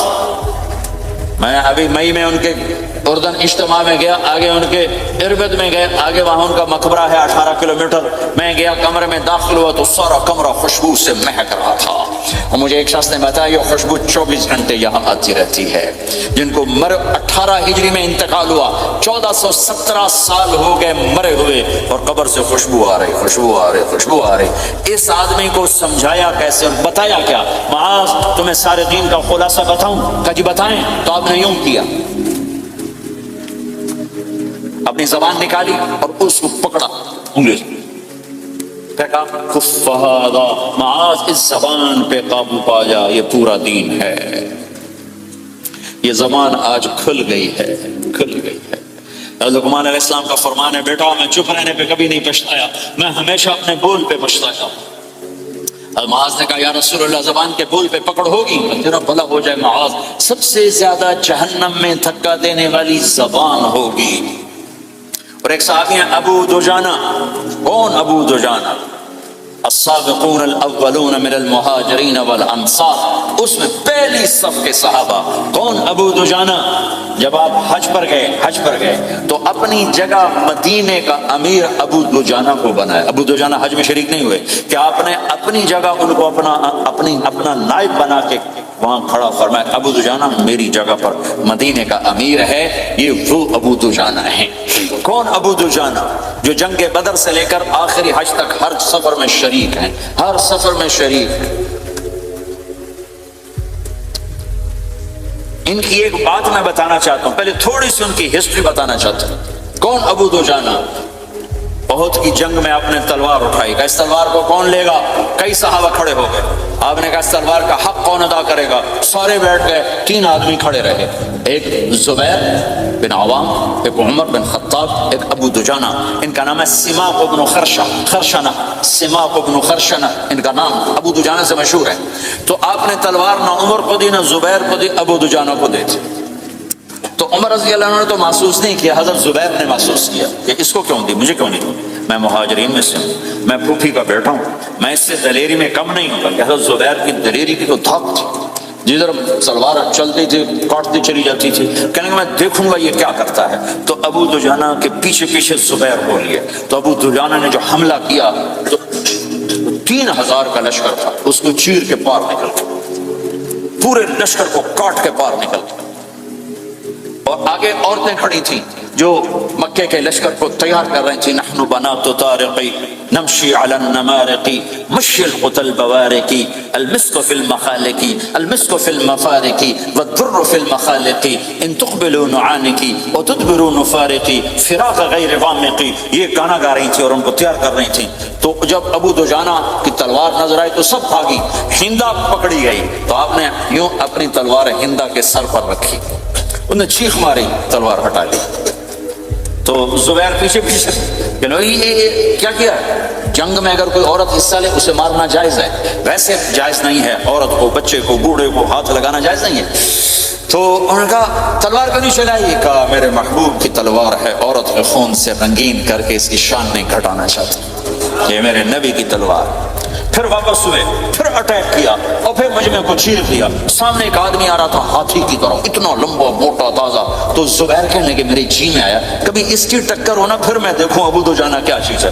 تو اللہ کا کرنا ایسا ہوا ابو دجانہ دونوں آمنے سامنے ہو گئے. تو وہ ایسے شاہ سوار تھے کہ دونوں طرف کے لشکر ذرا تھم گئے اور وہ دونوں بھڑ گئے. ابو دجانہ کے اپنے جوہر، اس پہلوان کے اپنے جوہر، غبار اٹھا، مٹی اٹھی، اور اس کی اپنی طاقت، ان کی اپنی طاقت. انہوں نے ابو دجانہ کو اس نے زخمی کر دیا. ابو دجانہ نے جو جوش میں آ کے ماری تلوار، اس کو لگی یہاں، تو اتنی طاقت سے لگی کہ اس کے نیچے اتر کر 2 ٹکڑوں میں تقسیم کر دیا. یوں ماری، ایک حصہ ادھر ایک حصہ. پھر یوں دیکھا اور اپنے چہرے سے لوہے کی ٹوپی اتاری. اما ترى انا ابو دجانہ، کیا دیکھ رہے ہو؟ میں ہوں ابو دجانہ، تلوار صحیح لی ہے میں نے، غلط نہیں لی. یہ ابو دجانہ ہے. اور جب شکست ہو گئی احد کی جنگ میں اور پھر 10-12 آدمیوں نے آپ کو گھیرے میں لیا ہوا تھا. ان میں ایک ابو بکر تھے، عمر تھے، علی تھے، طلحہ تھے، زبیر تھے، سعد بن ابی وقاص تھے، اور سہل بن حنیف تھے، عبادہ قتادہ بن نعمان تھے، اور ابو دجانہ تھے رضی اللہ تعالی عنہم. ان میں سے ایک ابو دجانہ بھی تھے. اور یمامہ کی جنگ میں ابو دجانہ شہید ہوئے. یمامہ کی جنگ میں شہید ہوئے. یہ ابو دجانہ کی تھوڑی سی سیرت آپ کے سامنے آئی ہے. اس کے بعد اب آپ ان کے قول کو سنو تاکہ اس کا وزن آپ کے سامنے آئے. یہ بدر کے شریک ہیں. اللہ کے نبی نے کہا بدر کا صحابی جو مرضی کرے بخشا گیا. یہ صلح حدیبیہ کے شریک ہیں. اللہ نے قرآن میں کہا لقد رضی اللہ، میں ان سے راضی ہو گیا. یہ صحابی ہیں. اللہ نے کہا کلا وعد اللہ الحسنى، اے میرا نبی تیرے ہر صحابی کے لیے جنت کا وعدہ ہے. اب یہ کیا کہتے ہیں؟ یہ کیا کہتے ہیں لوگوں؟ ان ارجع عملی عند، لوگوں میرے پاس، ابو دجانہ میرے پاس بخشش کا سب سے بڑا عمل جانتے ہو کیا ہے؟ بدر نہیں، احد نہیں، حدیبیہ نہیں، خندق نہیں، خیبر نہیں، فتح مکہ نہیں، آخری حج نہیں. کیا ہے؟ کیا ہے لوگوں؟ ان ارجع عملی عندی، میرے پاس آخرت میں بخشش کا سب سے بڑا عمل بس ایک ہے کہ ما آذیت احدا بلسانی، میں نے اپنی زبان سے کبھی کسی کو دکھ نہیں پہنچایا. ولا اجد فی قلبی غلا لاحد، اور میرے دل میں کسی کے لیے بغض کوئی نہیں ہے. بس یہ میری بخشش کا عمل ہے. تو بھائیو، نبی کے اخلاق میں 2 چیزیں لے لو. ایک زبان سے کسی کو دکھ نہ دو، ایک دل میں کسی کا بغض نہ رکھو. اللہ کی قسم بغیر حساب کتاب کے جنت میں جاؤ. بڑے بڑے جنید بغدادی اور بڑے بڑے معرفت والے تمہیں دیکھتے رہ جائیں گے. تمہاری رفتار اتنی تیز ہوگی کہ تمہیں وہی پکڑ سکے گا جس کا یہ 2 عمل تم سے زیادہ اچھا ہوگا. جس روڈ پہ رش ہوتا آپ وہاں سے گاڑی ہٹا دیتے ہو. بہن ادھر نہیں ادھر رش ہے، وہ آپ کو سائن وغیرہ آپ کو آ جاتے ہیں کہ ادھر بلاک ہے، ادھر نہیں جانا، ادھر جانا ہے. تو جہاں روڈ پہ رش ہوتا ہے تو قیمتی سے قیمتی گاڑی کی رفتار بھی آہستہ ہو جاتی ہے، اور جہاں روڈ خالی ہوتا ہے تو پرانی گاڑی بھی بھاگے جا رہی ہوتی ہے. ہمارے یہاں پرانی گاڑی ہوتی ہے، پرانی بسوں کے پیچھے لکھا ہوتا ہے نہ انجن کی خوبی نہ ڈرائیور کا کمال، خدا کے سہارے چلی جا رہی ہے. اور جس کے پاس ایسی گاڑی ہو، نہ انجن کی خوبی نہ ڈرائیور کا کمال، تو اگر اس کو روڈ خالی مل جائے تو وہ تو مرسیڈیز والے سے پہلے پہنچے گا، رینج روور والے سے پہلے پہنچے گا، بینٹلی والے سے پہلے پہنچے گا، روز رائز والے سے پہلے پہنچے گا. جو وہ تو پھنسی کھڑی، اس کا روڈ ہی خالی ہے. تو میرے بھائیو، یہ میں ایک مثال دیتا ہوں. عبادات کی روڈ پہ بہت رش ہے. نمازی بے شمار ہیں، روزے دار بے شمار ہیں، عمرے والے بے شمار ہیں، حج والے بے شمار ہیں، اور تہجد گزار بے شمار ہیں، علماء بے شمار ہیں، حافظ بے شمار ہیں، ذکر والے بے شمار ہیں. بہت رش ہے، تبلیغ والے بے شمار ہیں. لیکن جو اخلاق والا روڈ ہے نا، یہ خالی پڑا ہے. اس پہ موٹر زوکی پہ چڑھ کے آ جاؤ تو سب سے آگے نکل جاؤ، سائیکل پہ چڑھ کے آ جاؤ تو سب سے آگے نکل جاؤ، کہ روڈ ہی خالی ہے. اخلاق کا روڈ خالی ہے. غصے کو پینا، دکھ دینے والے کے سامنے، درد دینے والے کو خوشیاں دینا، گالی دینے والوں کو دعا دینا. کرو تو صحیح. میرے رب کی قسم اس میں وہ لذت ہے، وہ لذت ہے کہ ساری دنیا کی لذتیں تمہیں بھول جائیں گی اگر یہ لذت تمہیں مل گئی. پی جا ایام کی تلخی کو بھی ہنس کے ناصر، غم کے سہنے میں بھی قدرت نے مزہ رکھا ہے. اپنے لہو کے گھونٹ پی، زخم پہ زخم کھا کے جی، آہ نہ کر لبوں کو سی، عشق ہے دل لگی نہیں، سینے پہ تیر کھائے جا، آگے قدم بڑھائے جا، یعنی زبان حال سے کہہ دے کہ ہاں ستائے جا. آج اخلاق کوئی نہیں ہے. میں تو روتا پھرتا ہوں. تبلیغ میں نکلو نکلو نکلو، خانقاہوں میں ذکر ذکر ذکر، اور مدرسوں میں فقہ فقہ فقہ. کوئی تو اس سبب کو بھی یار، اور بھی دکھ ہیں زمانے میں محبت کے سوا، راحتیں اور بھی ہیں وصل کی راحت کے سوا. جس دن امت کے اخلاق زندہ ہوئے آپ اسلام کی بہار دیکھو گے. اگر اپنے گھر میں خوشیاں لانا چاہتے ہو تو اللہ کی قسم بڑے گھر سے نہیں آئے گی، کوئی 5 لاکھ پاؤنڈ کی گاڑی سے خوشی نہیں آئے گی، کوئی بہت بڑا عالی شان بنگلہ بنانے سے خوشی نہیں آئے گی. تمہارے اخلاق سے گھر میں خوشی آئے گی. اگر بیوی کا سلوک تمہارے ساتھ اچھا ہے، تمہارا سلوک بیوی کے ساتھ اچھا ہے، اس گھر میں خوشی ہے۔ بیوی کا بول بدتمیز ہو تو خامند کی زندگی برباد، خامند کا بول بدتمیز ہو تو بیوی کی زندگی برباد، اولاد بد اخلاق ہو تو ماں باپ کی زندگی برباد، ماں باپ میں سختی ہو تو اولاد کی زندگی برباد، بھائی بھائی میں بول میں سختی ہو تو بھائی کی زندگی برباد، بہن بھائیوں میں سختی ہو تو بہن بھائی کی زندگی برباد، نیبر کے ساتھ سختی ہو تو نیبر کی زندگی برباد۔ میرے نبی نے فرمایا ما آمن بی من بات شبعان و جارہ جائع، وہ میرے اوپر ایمان لایا ہی نہیں جو خود پیٹ بھر کے کھائے اور پڑوسی بھوکا ہو۔ واللہ لا یؤمن واللہ لا یؤمن واللہ لا یؤمن، 3 دفعہ اللہ کی قسم ایمان والا نہیں، اللہ کی قسم ایمان والا نہیں، اللہ کی قسم ایمان والا نہیں۔ کون یا رسول اللہ؟ الذی لا یأمن جارہ بوائقہ، جو پڑوسیوں کو تنگ کرے وہ ایمان والا نہیں ہے۔ میرے بھائیوں یہ چیپٹر مٹ چکا ہے، کہیں نہیں دیکھنے کو ملتا ہے۔ ایسا نہیں کہ دنیا خالی ہو گئی ہے، لیکن 1 کروڑ میں 1 ملا تو کیا ملا، 1 کروڑ میں بھی 1 نہیں ملتا۔ میں بڑے لمبے سفر کر کر کے اس نتیجے پر پہنچا ہوں کہ 1 کروڑ مسلمان اکٹھے کروں، اس میں لاکھوں تہجد گزار ہوں گے، لاکھوں 5 وقت کے نمازی ہوں گے، اس میں لاکھوں عمرے حج کرنے والے ہوں گے، اس میں لاکھوں علماء حفاظ ہوں گے، لیکن شاید اخلاق والا ایک ہی نہ، ایک بھی نہ۔ اپنی زندگی کو اگر سکھ دینا ہے، چیزوں کے پیچھے نہ دوڑو، اخلاق بناؤ۔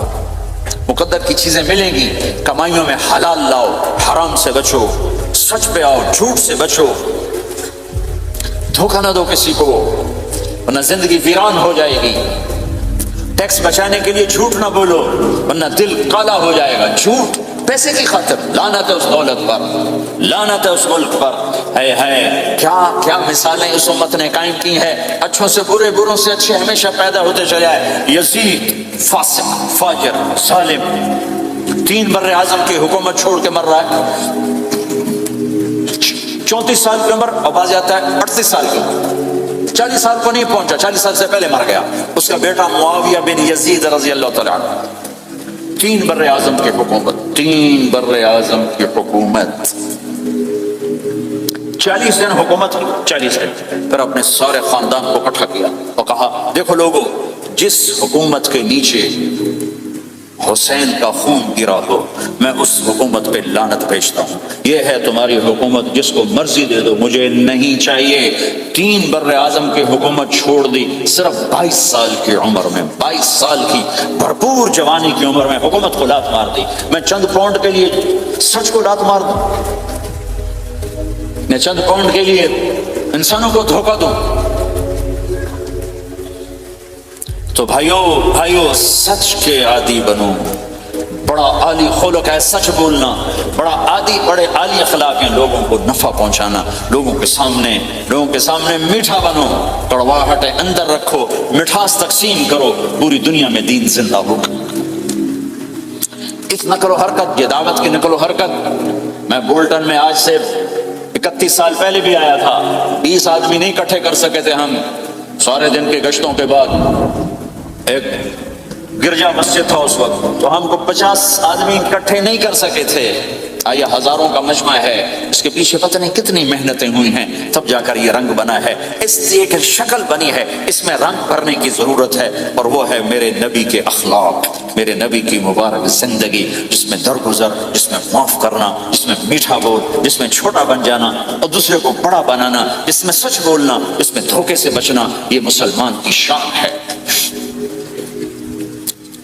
تو ہمارے تو نوجوان یہاں کی لڑکیوں کو دھوکہ دیتے ہیں، پیپر بنانے کے لیے یہاں کی لڑکیوں سے شادی کرتے ہیں، ان کی زندگیاں برباد کر دیتے ہیں، اپنا ایمان خراب کرتے ہیں، ان کی زندگی خراب کرتے ہیں۔ مسلمان ہی دھوکے باز بن جائے تو لوگوں کو راہبری کون دے گا؟ راہبر کون بنے گا؟ تو میرے بھائیوں اللہ اس کے رسول کو ڈھونڈنے کے لیے یہ تبلیغ کی محنت ہے، در در پھرو، اور یہ 2 باتیں بن جائیں، ایک ہماری عبادات ٹھیک ہو جائے، ایک ہمارے اخلاق ٹھیک ہو جائے۔ اس کو لے کر جب ہم پھریں گے تو اللہ کے فضل سے ایک لہر چلے گی جو دنیا کے ہر آخری کونے تک پہنچے گی، ہر گھر کو اللہ تعالیٰ توحید کے نور سے روشن کر دے گا۔ اس کے لیے ہم وقت مانگتے ہیں کہ یہ ایک زندگی ہے جو میرے 1.25 گھنٹے کی تقریر سے 1.5 گھنٹے کی تقریر سے قابو میں نہیں آئے گی. اس کو سیکھنے کے لیے وقت مانگتے ہیں. نکلو میرے بھائیوں، نکلو میرے بھائیوں. اور آج تک جو اللہ پاک کے ساتھ، اللہ کے رسول کے ساتھ کوئی جنگی، اس سے صلح کر لو. کسی سے لڑے ہوئے ہو فوراً صلح کر لو، اس کو بھی منا لو، اس سے بھی مان جاؤ. کسی سے روٹھے نہ رہو، کسی سے قطع تعلق نہ کرو، سب سے سلام کرو، دل کو صاف رکھو. ابو دجانہ جیسی ہستی فرماتے ہیں کہ میری بخشش کا عمل یہ ہے کہ زبان سے دکھ نہیں دیا، دل میں بغض کوئی نہیں. اور وہ کہتے ہیں میرا سب سے بڑا عمل ہے اپنے نبی کے اخلاق میں 2 باتیں لے لیں. اس زبان سے کسی کو دکھ نہ پہنچے، دل میں کتنے ہی لوگ ستائیں، بغض نہ رکھو، صاف کرو، دھو دو. اور فرائض میں نماز چھوٹے نہیں. اور پھر اس کو لے کر یہ امت پھرے، چونکہ اس امت کا کام بیٹھنا نہیں ہے. اس امت کا اجتماعی جرم ہے کہ انہوں نے اللہ کے دین کے لیے پھرنا چھوڑ دیا. اس امت کی اجتماعی خطا ہے کہ انہوں نے اللہ کے پیغام کو آگے پہنچانا اس کو اپنا کام نہ سمجھا، اس کے لیے پھرنا چھوڑ دیا تو اپنے بھی ہاتھوں سے نکل گئے. پرائے تو پہلے ہی پرائے تھے. تو میرے بھائیو، اس کے لیے نیت کرو، ارادے کرو. جو بھائی یہ تیار ہو یہ دسمبر کے آخر تک، تو وہ کھڑے ہو کر ذرا اپنے ناموں کا اظہار فرما دیں. اور یہ جو چھٹیاں آ رہی ہیں، یہ ساری چھٹیاں لگانے کے لیے جو نوجوان تیار ہو وہ بھی کھڑے ہو کے اپنی شکلیں زیارت کروا دیں. اللہ بھی راضی ہو جائے، اللہ کا نبی بھی راضی ہو جائے. جلدی سے کھڑے ہو کر بتا دیں. فرمائیں جی.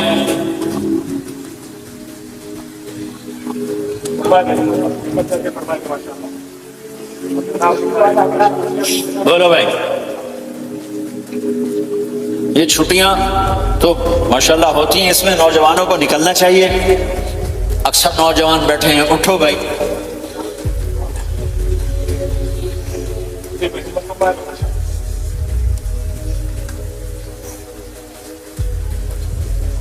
جلدی فرمائے بھائی، جلدی فرمائے.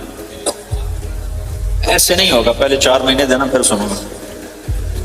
بیٹھ جاؤ، یہاں سوال نہیں کیا جاتا.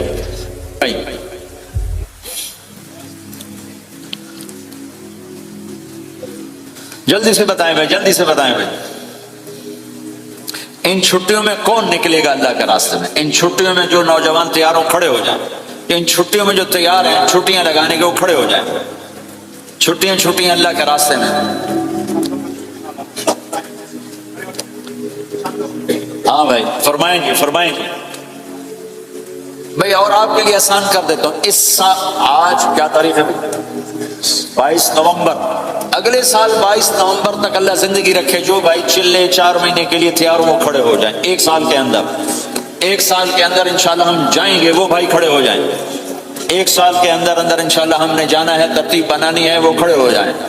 زندگی میں جو کہیں گے ہم نکلیں گے، وہ بھی کھڑے ہو جائیں. چلو سارے بیریئر ہٹا دیتا ہوں. لو بھائی، سب کی تشکیل ہو گئی. بیٹھ جاؤ بھائی، ماشاءاللہ بیٹھ جاؤ بھائی، بیٹھ جاؤ بھائی، بیٹھ جاؤ.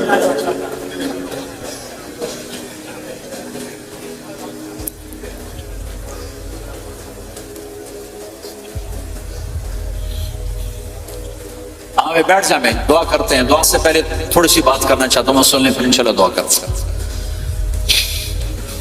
مسلمان کی زندگی چلتے پھرتے دعوت ہے. مسلمان کی زندگی چلتی پھرتی دعوت ہے. اگر اسلام ہماری زندگی میں ہو، عبادات ایسی چیزیں جو نظر نہیں آتی، اخلاق ایسی چیزیں جو چھپ نہیں سکتی.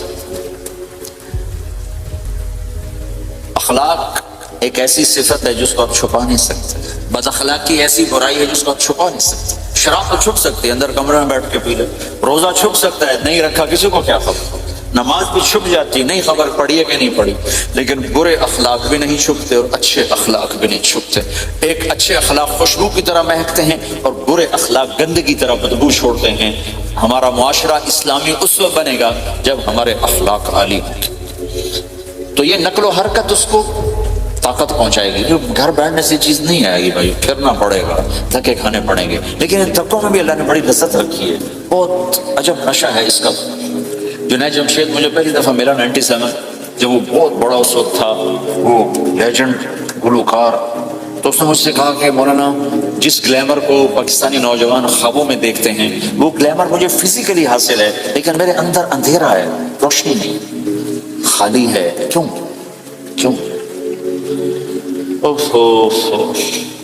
میں نے کہا تمہارے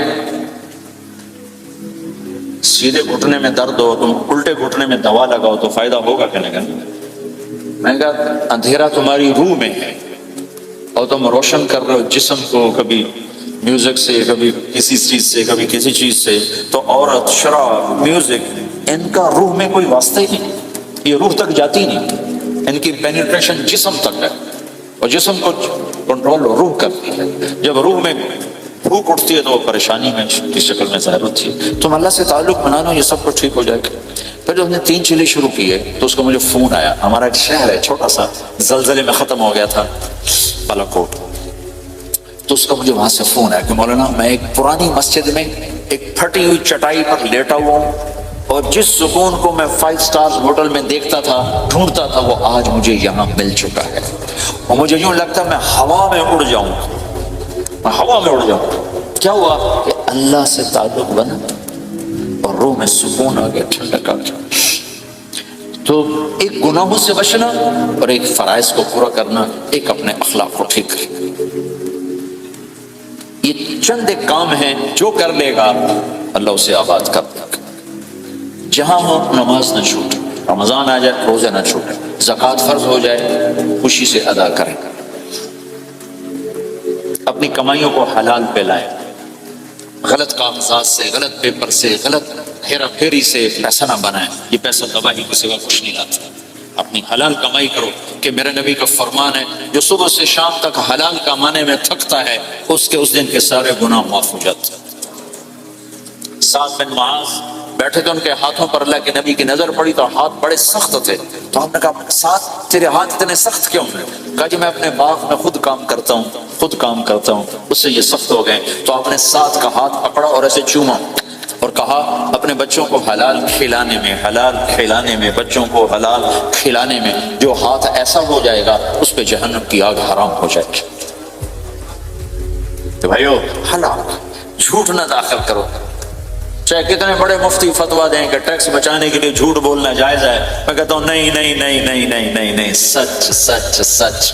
2 سودے ہیں، ایک طرف چند 100 کروڑ ہیں، ایک طرف سچ ہے، جس کو لینا ہے لے لو۔ سچ کو لوگے تو اللہ کے قدموں میں چلے جاؤ گے، اللہ کے حبیب کی چھاؤں میں چلے جاؤ گے، اللہ کی چھاؤں میں چلے جاؤ گے۔ جھوٹ، ہاں صرف جھوٹ بولنا جائز ہے، 2 بھائی لڑ پڑے ان میں صلح کرانے کے لیے جھوٹ بولنا جائز ہے۔ میاں بیوی لڑ پڑے تو بیوی کو منانے کے لیے خاوند جھوٹ بول سکتا ہے، خاوند کو منانے کے لیے بیوی جھوٹ بول سکتی ہے۔ اس کے علاوہ جھوٹ نہیں ہے، سچ کے ساتھی بنو۔ اللہ کی قسم وہاں سے رزق آئے گا جہاں سے رحم و گمان بھی۔ پھر آپ اس حکومت کو دھوکہ دیتے ہو جو آپ کی ہمدرد ہے۔ ہماری حکومتیں تو خود بھی چور ہیں، تو ان کو چور پڑے ہوئے، چوروں کو چور پڑے ہوئے۔ تمہاری حکومتیں تو چور نہیں ہیں، تو تم پہ خرچ کرتے ہیں۔ ان سے بینیفٹ لینا ہو تو پیچھے ہو، ان کو ٹیکس دینا ہو تو کدھر لکھا ہے شریعت میں ٹیکس دینا جائز ہے؟ کہاں لکھا ہوا ہے؟ آگے مفتی بھی بیٹھے ہوئے فتوے دینے کے لیے۔ جب ان سے نفع اٹھاتے ہو تو ان کو نفع پہنچاؤ، ان سے سہولتیں لیتے ہو ان کو سہولت پہنچاؤ۔ یہ تمہارے خرچ کرنے میں دیانتدار ہیں، ان کے ساتھ بددیانتی نہ کرو۔ مسلمان ہو اور دھوکہ، یہ 2 چیزیں جوڑ نہیں سکتے۔ اپنی عیاشی تھوڑی کم کر دو تو اللہ اس میں برکت دے گا۔ آپس میں کبھی اونچ نیچ ہو جائے فوراً صلح کرو، لڑائی پہ باقی نہ رہو کہ جی ہم نے بات نہیں کرنی، ہمارا سلام دعا ختم، ایسا کبھی نہ کرنا۔ اونچ نیچ ہوتی ہے لیکن فوراً صلح کرو۔ ماں باپ میاں بیوی اکٹھے رہتے ہیں تو ہمارا سسرالی معاشرہ بہت سخت قسم کا ہے، ماں باپ اتنی مداخلت کرتے ہیں، بچے میں ان کی زندگی تباہ کر دیتے ہیں۔ ساس سسر بہو پہ اتنا حق جتلاتے ہیں کہ خامد کا بھی اتنا حق نہیں رہ جاتا، اس سے زندگی ٹوٹ جاتی ہے۔ اگر سسر ہو بہو کو عزت دو، ساس ہے بہو کو عزت دے، بہو ہے ساس سسر کو عزت دے، لیکن اللہ کی قسم ساس اور سسر کا بہو پہ کوئی شرعی حق کوئی نہیں۔ میرے بچے کی شادی ہوئی، میں نے اپنی بیوی سے کہا بات سنو، ہم کسی کی بیٹی کو لے کے آ رہے ہیں، اگر ماں بن کے دکھاؤ گی تو میں یہاں اس کو لاؤں گا، اور اگر ماں بن کے نہیں دکھانا تو میں اس کو الگ کر دیتا ہوں، تاکہ ہم اس کی زندگی میں دخل انداز نہ ہو، ہم ان کی زندگی کو خراب نہ کریں۔ اگر کسی کے پاس الگ گھر دینے کی وسعت نہیں ہے تو وہ خود تو الگ ہو سکتا ہے کہ نہیں ہو سکتا؟ ایک ہی گھر میں رہتے ہیں، الگ گھر کی وسعت نہیں تو دونوں باہر نکل جاؤ، بچوں کی زندگی سے باہر نکل جاؤ، اپنا ان پر حاوی نہ کرو ورنہ آپ خود بھی برباد ہو جاؤ گے، ان کو بھی برباد کر دیں۔ کتنی طلاقوں کے پیچھے ساس اور سسر ہے، کتنی طلاقوں کے پیچھے میاں بیوی کی آپس کی بدتمیزی ہے کہ اس ماحول میں برداشت کرنے کا رواج ہی ختم ہو گیا۔ برداشت نہیں کرنا، بڑا نقصان سہنا ہے، چھوٹا نہیں سہنا۔ ڈائمنڈ کیسے بنتا ہے؟ ڈائمنڈ کاربن ہے، وہ ڈائمنڈ کیسے بنتا ہے؟ وہ پریشر کو برداشت کرتا، اللہ چمکا کے اسے ڈائمنڈ بنا دیتا۔ تو نوجوانوں کے ذمے ہے کہ اپنی بیوی کو پروٹیکشن دیں ماں باپ سے۔ ماں باپ زیادتی کریں سامنے آ جائیں، ہاتھ جوڑیں، پاؤں پکڑیں، بدتمیز نہ ہوں کہ ابا جی میں آپ کا حکم، اب مجھے اس کا کیا کرنا ہے، اماں جی اب مجھے فرمائیں میں کیا کرنا ہے، میرے ذمہ ہے، اس کے ذمہ نہیں ہے۔ بیوی زیادتی کرنے لگے تو اس کے سامنے ہو جاؤ، دیکھو بیگم کہ تیرا میرا رشتہ ٹوٹ سکتا ہے، ماں باپ کا رشتہ ٹوٹ نہیں سکتا ہے۔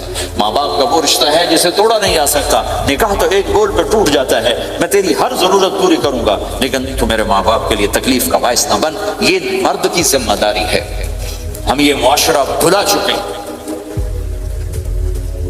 ہمارے پڑوسی ذمہ دار تھے، ان کے بچے کے نکاح میں میں گیا تو مجھ سے کہنے لگے مولانا میری بیگم نے مجھ سے کہا کہ دیکھو ہم زندگی گزار چکے ہیں، اب یہ بچے زندگی شروع کرنے لگے ہیں، تو پہلے میرے بیٹے کے لیے الگ گھر بنا اور اس کی بیوی کی ڈولی کو وہاں لے کے آ، میرے گھر میں نہ لانا کہ ایسا نہ ہو ہم میاں بیوی بچوں کی زندگی خراب کر دیں۔ تو پہلے میں نے بیٹے کا گھر بنایا ہے، اب اس کی شادی کر رہا ہوں، اس کی بیوی کی ڈولی وہاں اترے گی، میرے گھر میں نہیں اترے گی کہ ہم دونوں میاں بیوی کہیں ان کو خراب نہ کر بیٹھے۔ تو ہر آدمی کے پاس تو اتنے وسائل نہیں ہیں کہ وہ الگ کر دے، لیکن یہ وسائل تو سب کے پاس ہیں کہ ان کی زندگی سے نکل جائے۔ ہاں ان میں کوئی کھٹ پٹ ہو جائے تو صلح کرانے آئیں، لیکن ہوتا کیا ہے کہ لڑکے کے ماں باپ اپنے بیٹے کے حمایتی ہوتے ہیں، لڑکی کے ماں باپ اپنی بیٹی کے حمایتی ہوتے ہیں اور آپس میں جنگ شروع ہو جاتی ہے۔ نہ یہ نیچے ہوتا ہے نہ وہ نیچے ہوتی، نئی نئی شادی ہوتی، زندگی گزارنے کا پتہ نہیں ہوتا، ٹھوکریں کھاتے ہیں تو ان کو سنبھالنے کی ضرورت ہوتی ہے، لیکن ہوتا کیا ہے کہ ماں باپ اپنے بیٹے کے کان میں نہ بیوی کی شکایتیں لگاتے رہے، یہ کرتی ہے یہ کرتی ہے یہ کرتی ہے، اور وہ بچی کو اس کے ماں باپ کہتے رہے یہ کرتے ہیں یہ کرتے ہیں یہ کرتے ہیں، زبان پر ٹیپ لگا رہے ہیں۔ تو آپ کی زندگی روشن ہو جائے گی، آپ کا جیون خوبصورت ہو جائے گا۔ اور کبھی اونچ نیچ ہو جائے تو معافی مانگو، فوراً معافی مانگو۔ میاں بیوی لڑ پڑیں اور پھر صلح کر لیں تو اللہ کو یہ عمل اتنا پسند ہے کہ ان کی صلح پر پچھلے سارے گناہ ان کے معاف کر دیتے۔ قرآن کی ایک آیت اتری ہی میاں بیوی کی لڑائی پر تھی۔ ایک خامد اپنی بیوی پہ بڑے ناراض ہو، مسجد میں بیٹھے بیٹھے انہوں نے نیت کی گھر جاؤں گا اور بیوی کی ٹھکائی کروں گا۔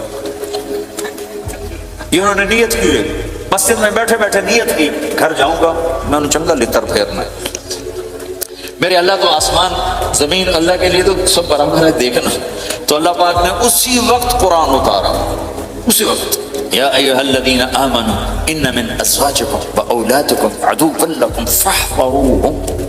اے ایمان والو، بیوی بچے اولاد، عدوکم نہیں کہا، عدو لکم، بیچ میں لام لائے ہیں یہ بتانے کے لیے کہ عدو اصلی معنی میں نہیں ہے، یہ اس معنی میں ہے کہ اے ایمان والو تمہارا بیوی بچوں کے ساتھ ٹھاٹھیا ہو سکتا ہے، کھٹ پٹ ہو سکتی ہے، جھگڑا چھوٹا موٹا ہو سکتا ہے، کیا کرنا ہے؟ فاحذروہ، اس سے بچنا ہے، بڑھانا نہیں، بچنا ہے۔ کیسے بچنا ہے؟ ان تعفو، اس جھگڑے کو بڑھانا نہیں، مٹانا ہے، وتصفحوا، اس کا اثر دل سے مٹانا ہے، وتغفروا، پھر دوسرے کو معاف کرنا ہے۔ یہ تین کام میاں بیوی کرو، اگلا میں کروں گا، فإن اللہ غفور الرحیم، تمہارے پچھلے میں سارے معاف کر دوں۔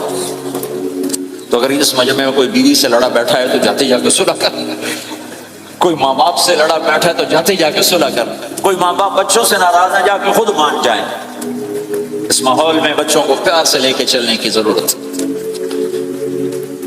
میرے نبی کی زندگی محبت کا شاہکار ہے، ساری زندگی کسی کو ڈانٹا نہیں، ساری زندگی کسی کو ڈانٹا نہیں، اپنی وجہ سے، اپنی وجہ، کسی کا ہاتھ نہیں اٹھایا، اپنی وجہ سے۔ حسن فرماتے میں نے 10 سال اللہ کے نبی کی خدمت کی، ایک دفعہ نہیں کہا یہ کیوں کیا، ایک دفعہ نہیں کہا یہ کیوں نہیں کیا۔